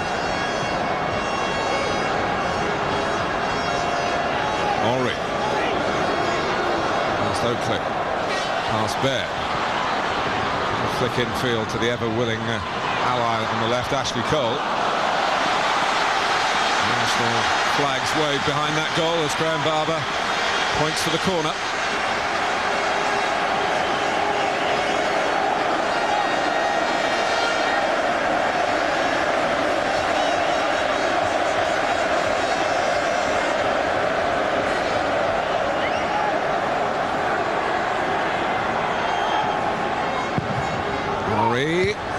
Evans, and he's welcome to the match.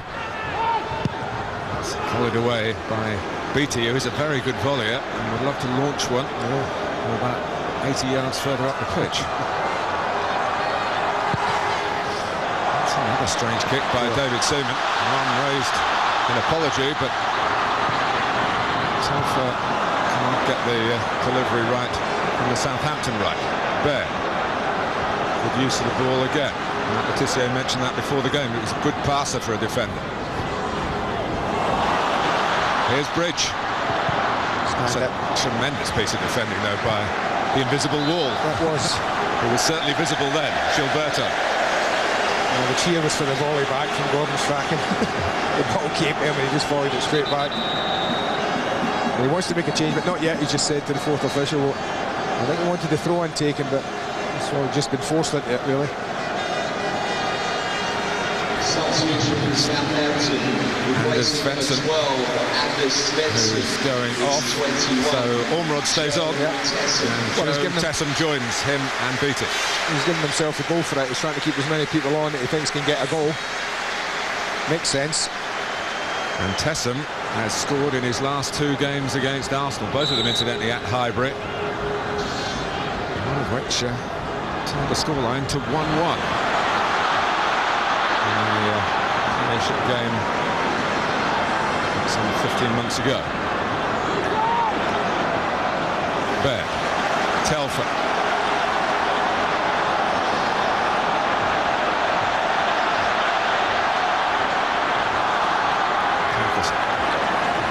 Still going. Marsden lets it run. Chance came to Tresham. No sooner on than with a sight of David Seaman's goal. It was a good block from Lauren. Just for a second, there seemed a chance there.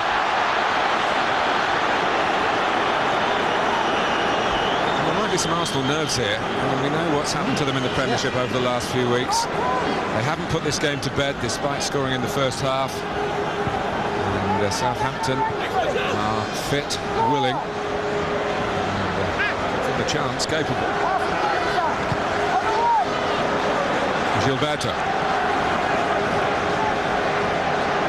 Luzhny is still very finely balanced. Pires, scorer of the 1 goal. Caught by Marsden. And he's tried the patience of Barber. Just outskilled. Just a little too quick for him, Robert Perez then. But the shift is Chris Marsden into the centre midfield, into that area, and they're going to play Tessum on the left, Mark. Part of that reason, I guess, will be that they've had a lot of ball on the right-hand side, and Telfer's put lots of crosses in. A lot of them have been deep. Tessum will fancy his chances against Lauren if that happens. Arsenal make a change. Dennis Bergkamp's day is done. And Sylvain Wiltor, who might have been in the starting lineup, but had an ill-timed illness last weekend. He only resumed training on Thursday.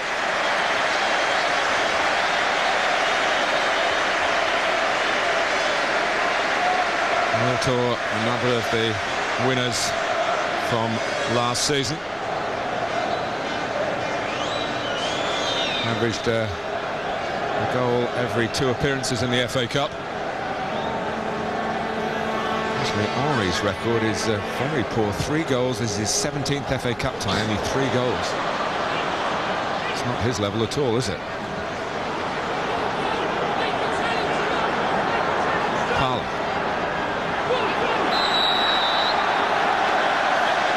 Kept the ball well enough to draw the foul from Tessum. And now Arsenal will be quite happy, man, if the game is to just continue like this the last 13 or so minutes.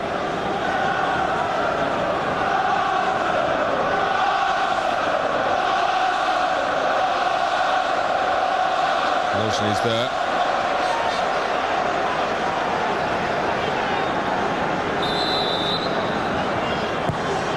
Henri. Snared by Jones.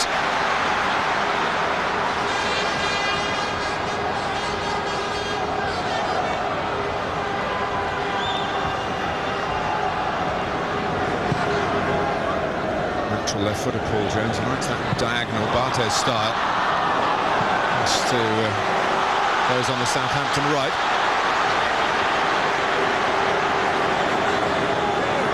"12 minutes left. Arsene Wenger previously, with the animals in the ark, has got it 2-2 in terms of trophies. The double in 1998 and the double, of course, last season.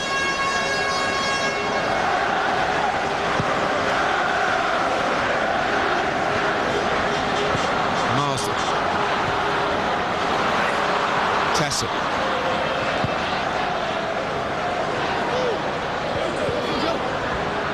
Feel that Southampton, if they can mount some pressure, can prey on some Arsenal psychological problems. The belief about winning football matches isn't quite as strong as it was maybe 2 months ago. Another good footwork from Gordon Strachan.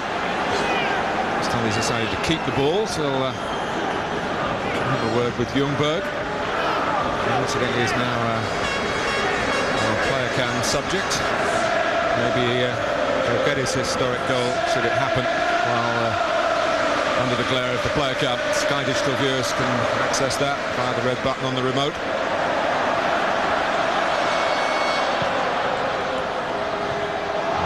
Luzhny really took a chance. Beattie thought he could just ease him away from the ball and gallop into space. Luzhny just got enough contact to keep the ball for Arsenal. Ljungberg.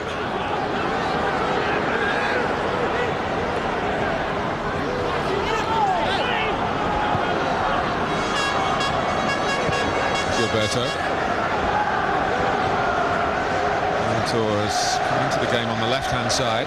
Ashley Cole's on, and Perez had to get some elevation to the pass, but it was in the air a bit too long to get Cole clear. Henry, maybe he can get clear with some quick footwork, and again, to me again. Left wondering.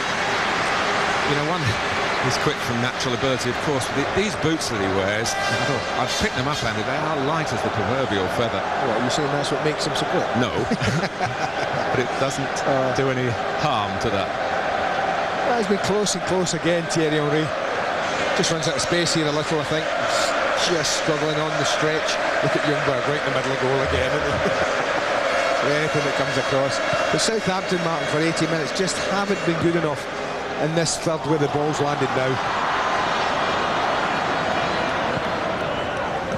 Haven't really created very much. I don't remember David Seaman making a save of any description, maybe one in the first half. Chris Baird, but he's been untroubled, the Arsenal goalkeeper. The defence in front of him has been good enough to cope with most things Southampton have thrown, but, and I'll say, but it only takes something like this. The ball drops and we're back in it. Baird can't work the goalkeeper. This half, you're right, he did hit that one from sort of the left-hand side. But, Seaman made a smothering save from.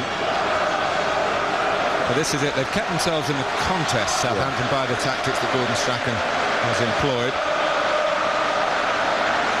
It would have been great if they'd have kept Perez out for the one goal. Really could have thought about moving on, but the Southampton supporters are starting to fear the worst, maybe. South Africa against England, Sky Sports 1 Thursday, 6:30. Away by Luzhny. He did well in the end, under a bit of pressure.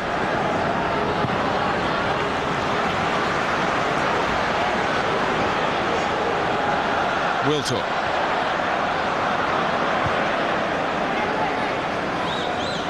Perez. Oh, he couldn't guide it off. He got to Wiltor to his left. Here's Beattie, but not for long. Strong and fair challenge by Ray Parlour. Top class that was from Parlour. Wiltor's offside.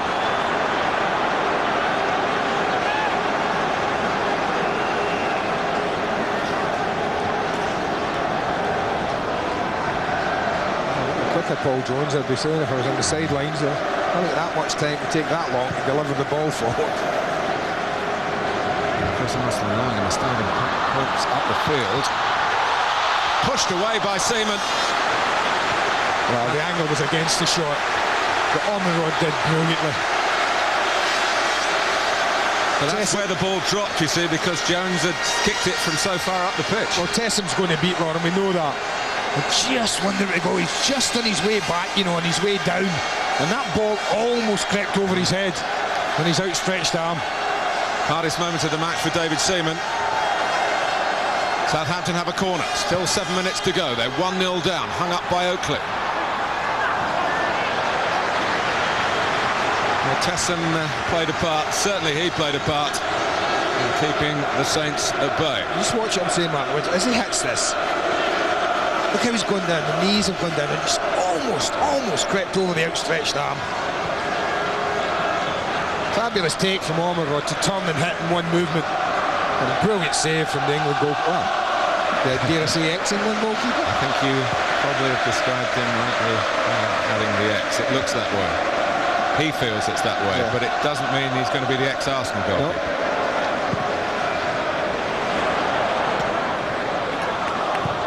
Bear. They've stuck at it, Southampton. And if they could find an equaliser, it wouldn't be level psychologically. They'd be streets ahead. Ljungberg. Tessam. Perez. Goodness me, that was a parlour-like tackle from Robert Perez.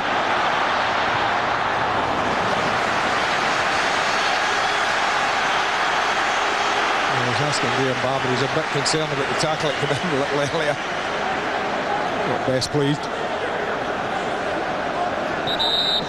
I do wear that look of a sense of grievance, don't they, Arsenal, from time to time. I certainly felt they were hard done by at Bolton. And they lost 3 players through injury.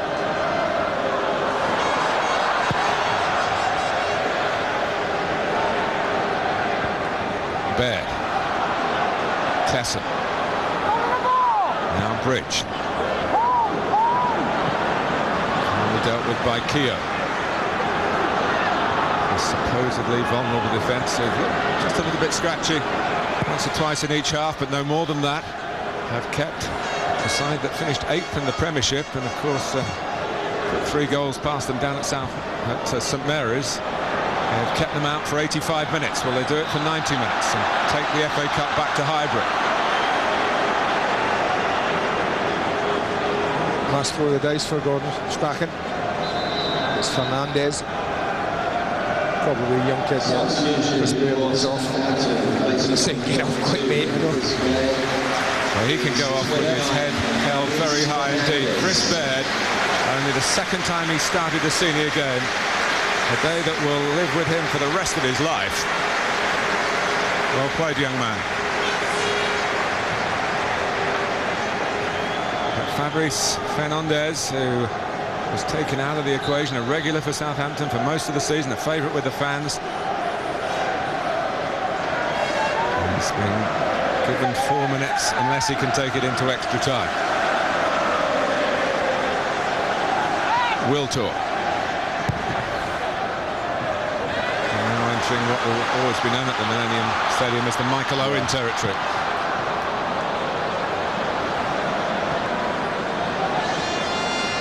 Luzhnik. Knocked off Ormerod. Arsenal will just take every extra second available at these restarts. I want to encourage Graham Barber to start adding on great lumps of additional time. It was only the big injury to Anthony Amy, Mark. How long that took? The main thing. In itself tells you that all is not yet up for Southampton. Yellows, yellows is the cry. Well, I think they've done all right. But I've never had the impression at any time in the match that Arsenal are going to lose this. From the first seconds when Henry almost put Arsenal ahead. You know, they've kept themselves in the game. But that's about it. Kept themselves in the game. They've done okay. But sometimes need a little bit more. Amy able to watch the remainder of the game. Svensson. Marsden. Fernandez, who is left-footed, plays on the right though. Able to get his touch going. Pires. There's a ball, Wiltor checked actually, I thought there was a ball on in behind the fullback. It goes through the middle instead to Henry. Well, deflected and parried away well by Jones.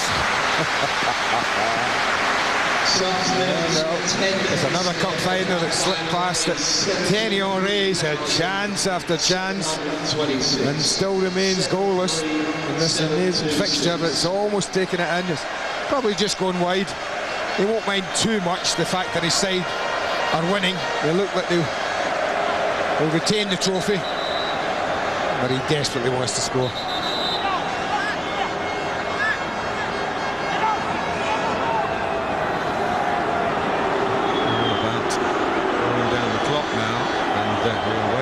Huge interest. How much time is going to be added on?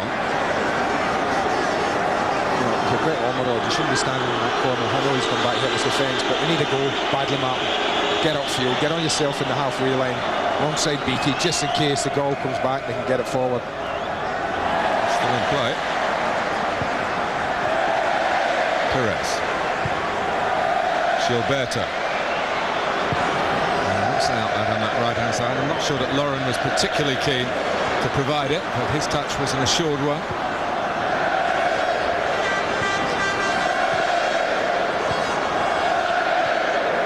There haven't been many opportunities for the crowd to chant Ole, the Arsenal fans. There hasn't been that type of domination. And this is a great way to run down the clock.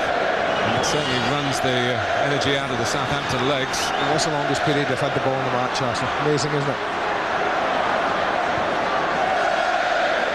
Cole. Ljungberg will count them up afterwards. And it is the quality of Arsenal at a critical stage in a massive match. There'll be a minimum of 4 minutes. 4 added minutes. 4 minutes. Henry trying to take on 4 defenders in the end, and he was being buffeted and bumped as he did so. Classic, best way to do it, and it's soul destroying if you're the team chasing the ball.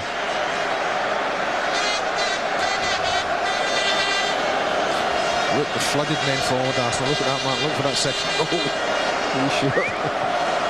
Not really. Happy just to pass it about.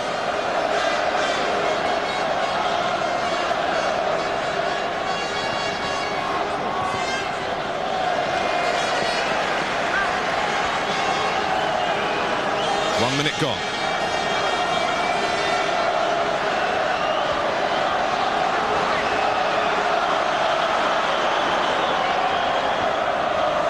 Cole. Marsden doing his utmost to just try and get his team back on the ball. Snarling and biting away with his tackles in midfield.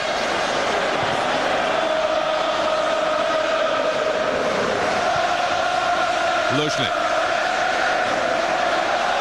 Roberto. Now Parla.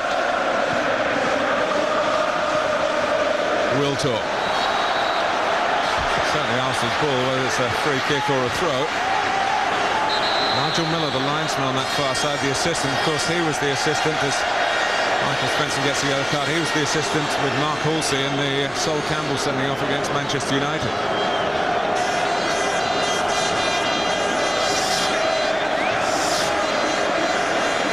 Well, they've worked so hard to try and stop the flow from Arsenal that we're finally seeing in these late minutes.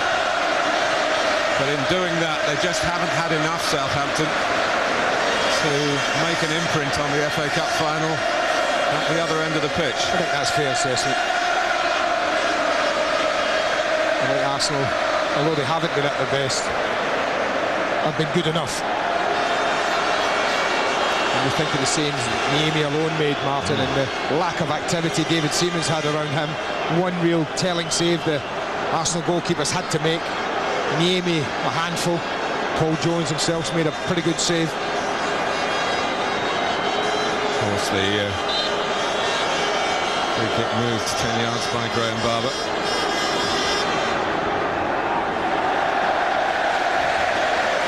I think I've always felt Arsenal could win this, not being at their best. Southampton couldn't, I didn't think.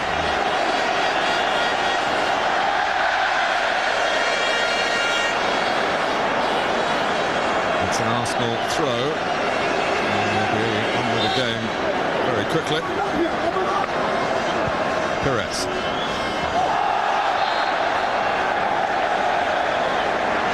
Southampton just can't dig it out from here.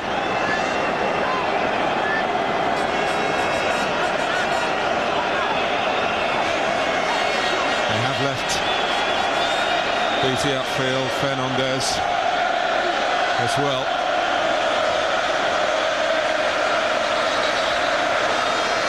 The Arsenal support is in celebratory voice. You can imagine how frustrating this has been for Southampton players and their manager. Well, it's an untidy end to what at times has been an untidy game, but it's the FA Cup final. It's all about winning and losing. And Southampton are seconds away from being the losers. Got to throw as many men forward onto BT's flick as they can. It's a massive stop by Lauren. Southampton's throw. We're in the 5th minute of added time. As has been said in the past, it takes but a second to score a goal. We are dealing in seconds here. Michael Svensson headed out by Perez. A bit of hesitation from Arsenal. And a corner has been conceded.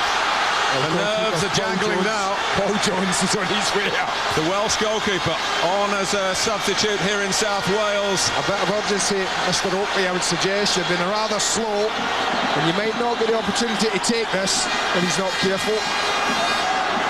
Paul Jones is poised. The man in blue at the edge of the D. BT! Oh! Scrambled off the line by Ashley Cole. It does only take a second, and that looked as though it was going to be a sensational second for Southampton. Well, there are a lot of managers who don't put men on goal post, Martin, and time again I've talked about it. If you don't do it, it can cost you dearly. What a good judge, Arsene Wenger. One in each post. The side still lead. Fernandes. Seaman gets something on it. If it's his last touch in an Arsenal goal, it's a significant one. Arsenal have retained the cup. They may have wilted in the Premiership. They've not exactly been in full bloom in Cardiff, but they have retained one of their trophies. The first club since Spurs 21 years ago to win the FA Cup in successive seasons, so it is a double of sorts. Not quite the double that they wanted, but do not underestimate the joy. Some have said it's another day at the office for Arsenal to come to Cardiff. Sol Campbell denied the chance to play by his suspension, but Arsene Wenger again, as in 1998 and 2002, has led Arsenal to FA Cup jubilation.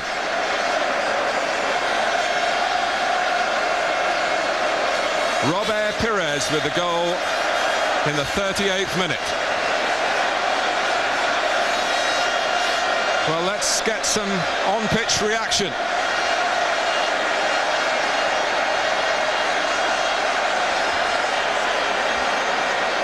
It's Freddie Ljungberg. Freddie, you may not have scored, but you're a winner again in the cup final. Yeah, it was great. That was the important thing. Of course, it would have been nice to score, but we won the game. It was tough. They played physical, and we looked a bit tired in the end, but we won it, so great. How important was it to win something this season after so narrowly missing out in the Premiership? I think we're all still disappointed we won today. We didn't win the league, but it's better than nothing, and we're really proud of getting the FA Cup. Thank you very much. Was it a bit nerve-wracking towards the end when you couldn't finish them off? But we kept the ball good in the end, so that felt all right. Thank you. Thanks, Freddie.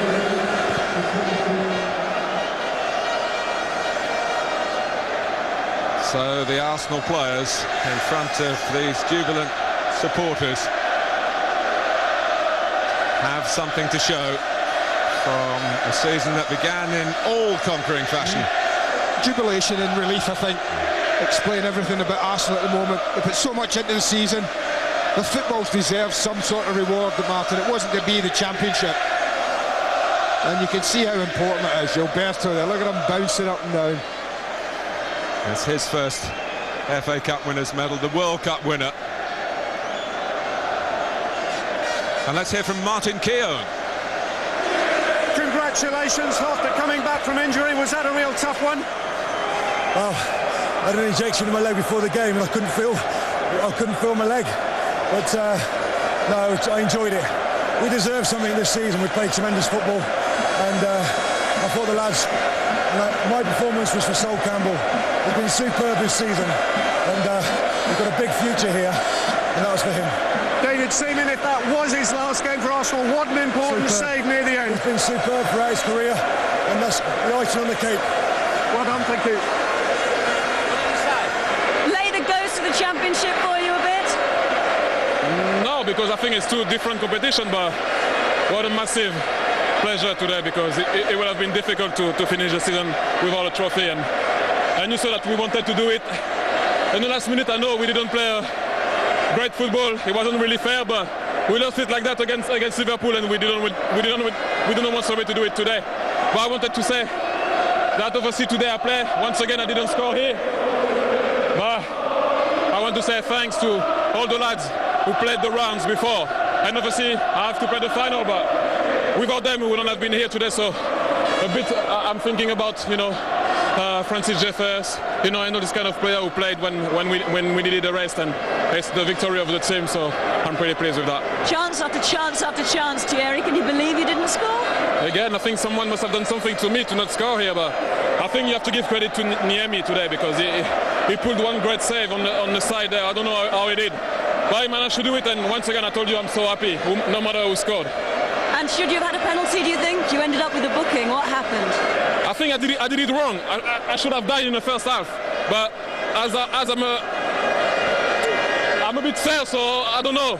I should have gone on the floor, but it's not my personality. So then after, I thought he caught me with his leg, but that's true that I didn't as well lift my leg to try to avoid him. So I will be fair. So it got a deserved yellow, and I'm so happy with the win, because I think we can go on holiday with something. You are the man of the match. Well done. Thank you. Was there a few nerves at the end there? Yeah, we knew that Southampton would do. Can't stop me, Davey! We knew that they'd be a threat on the set pieces, and they were. The quality of bowling was fantastic, but we just held out. We had a great clearance on the line, and I made a save as well, which is nice. I mean, the celebrations are just wild. What does it mean to this club? It means a lot. We want to win things. It was so disappointing not winning the league, but we were so determined to win this. But we knew we were under pressure, and we've come up with the goods. It was a great final, but we're lifting the trophy at the end.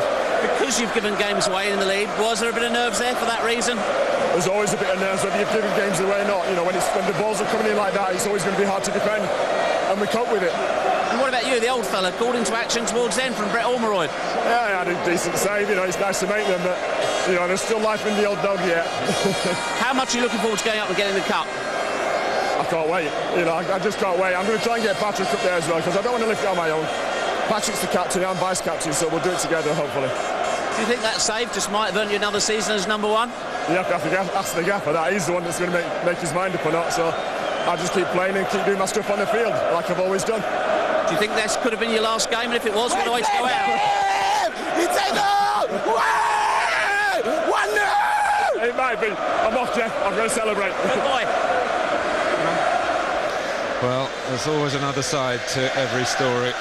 Southampton have had a wonderful season, but not the ending of their dreams.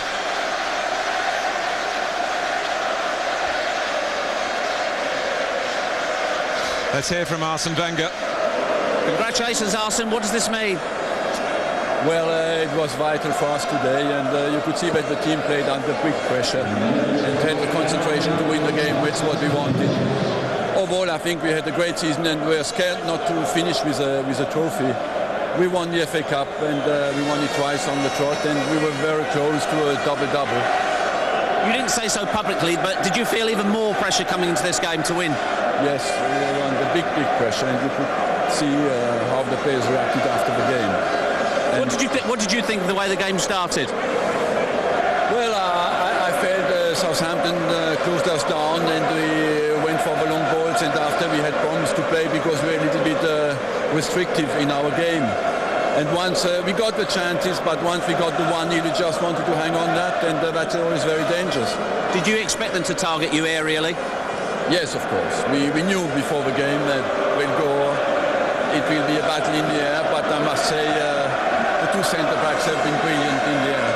Quickly, that save from David Seaman, does that mean he's worth another year for you? I don't know yet. We'll talk about it. Let's enjoy it tonight. Well done, Arsene.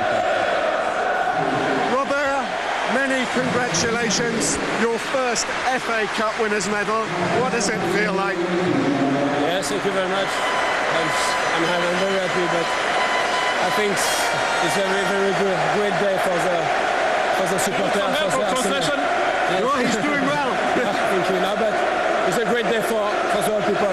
Thank you. And winning something this season after missing out on the Premiership, how important was that for this team?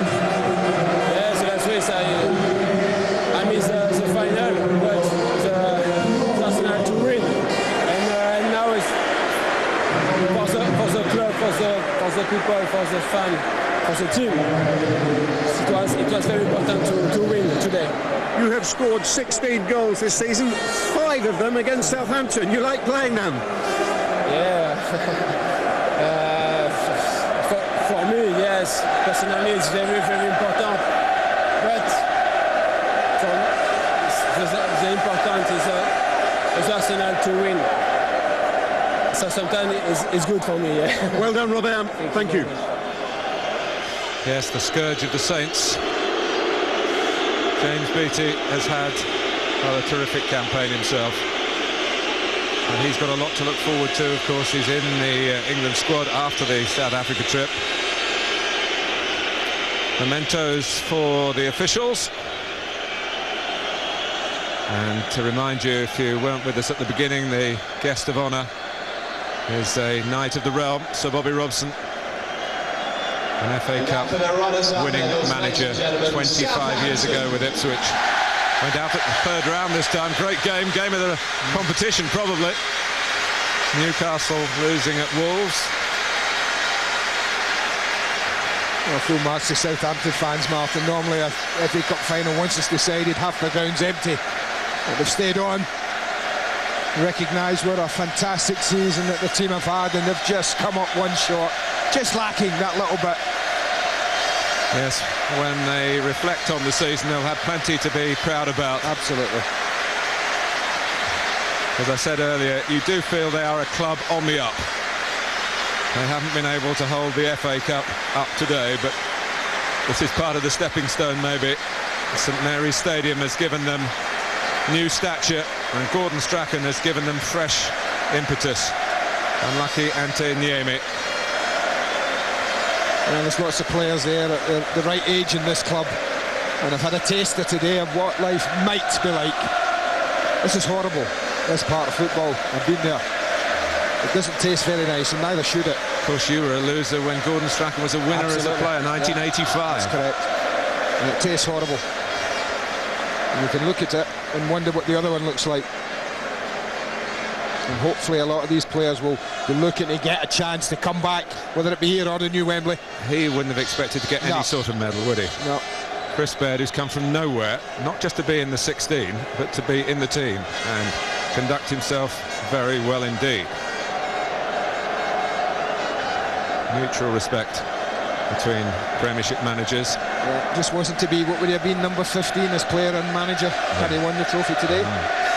Wasn't to be. Well, that's what it's all been about again. It has been a very good year for the competition. All the other distractions, of course, means the FA Cup has to fight for its prominent place in the football world. The winners of the FA Cup 2003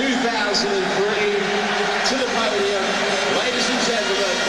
This is the climax. Up come Arsenal again.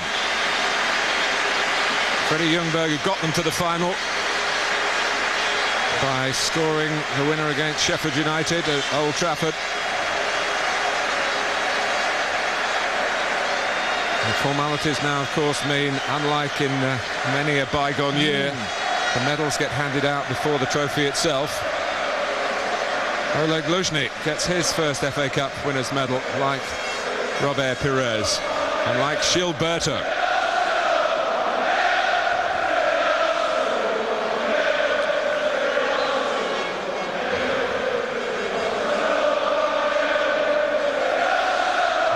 Martin Keown, who was marvellous at the back, and there they are, the non-playing captain today, and his stand-in, who kept a clean sheet in the FA Cup final. They're going to deal with it together, the final moments of this presentation.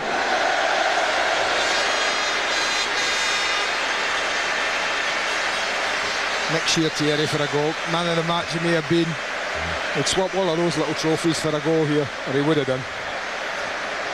So, Patrick Vieira said David Seaman when he talked to Jeff Shrews. He's going to make this a joint celebration. But certainly with David Seaman involved, you can say the FA Cup is in safe hands. It is heading back to Highbury.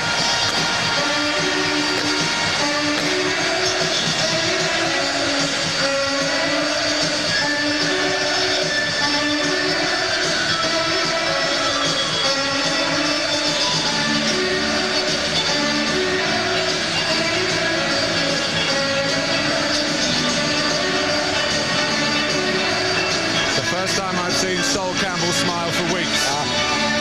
Yeah, I feel part of it. He's played his part, Martin, make no mistake about it. He's been unfortunate, but for every sad player, there's an equally happy one at the end of a cup final. Tears of sadness and tears of joy. Tears of tiredness, I think, as well. It's a long journey down here to Cardiff, but well worthwhile. It's been a journey for Arsenal that began in straightforward fashion with Oxford and Farnborough, of course, all the ballyhoo around that fourth-round tie. Then the biggest of tasks against Manchester United at Old Trafford. They've worked very hard to keep hold of this most recognisable piece of football silverware. Then last year's losing finalist Chelsea, and they only held them at home, went to the bridge and won the game. Not for the first time, they rather stumbled through the semi. And now they've seen off Southampton at a difficult time. Arsenal have kept their nerve and kept hold of the FA Cup.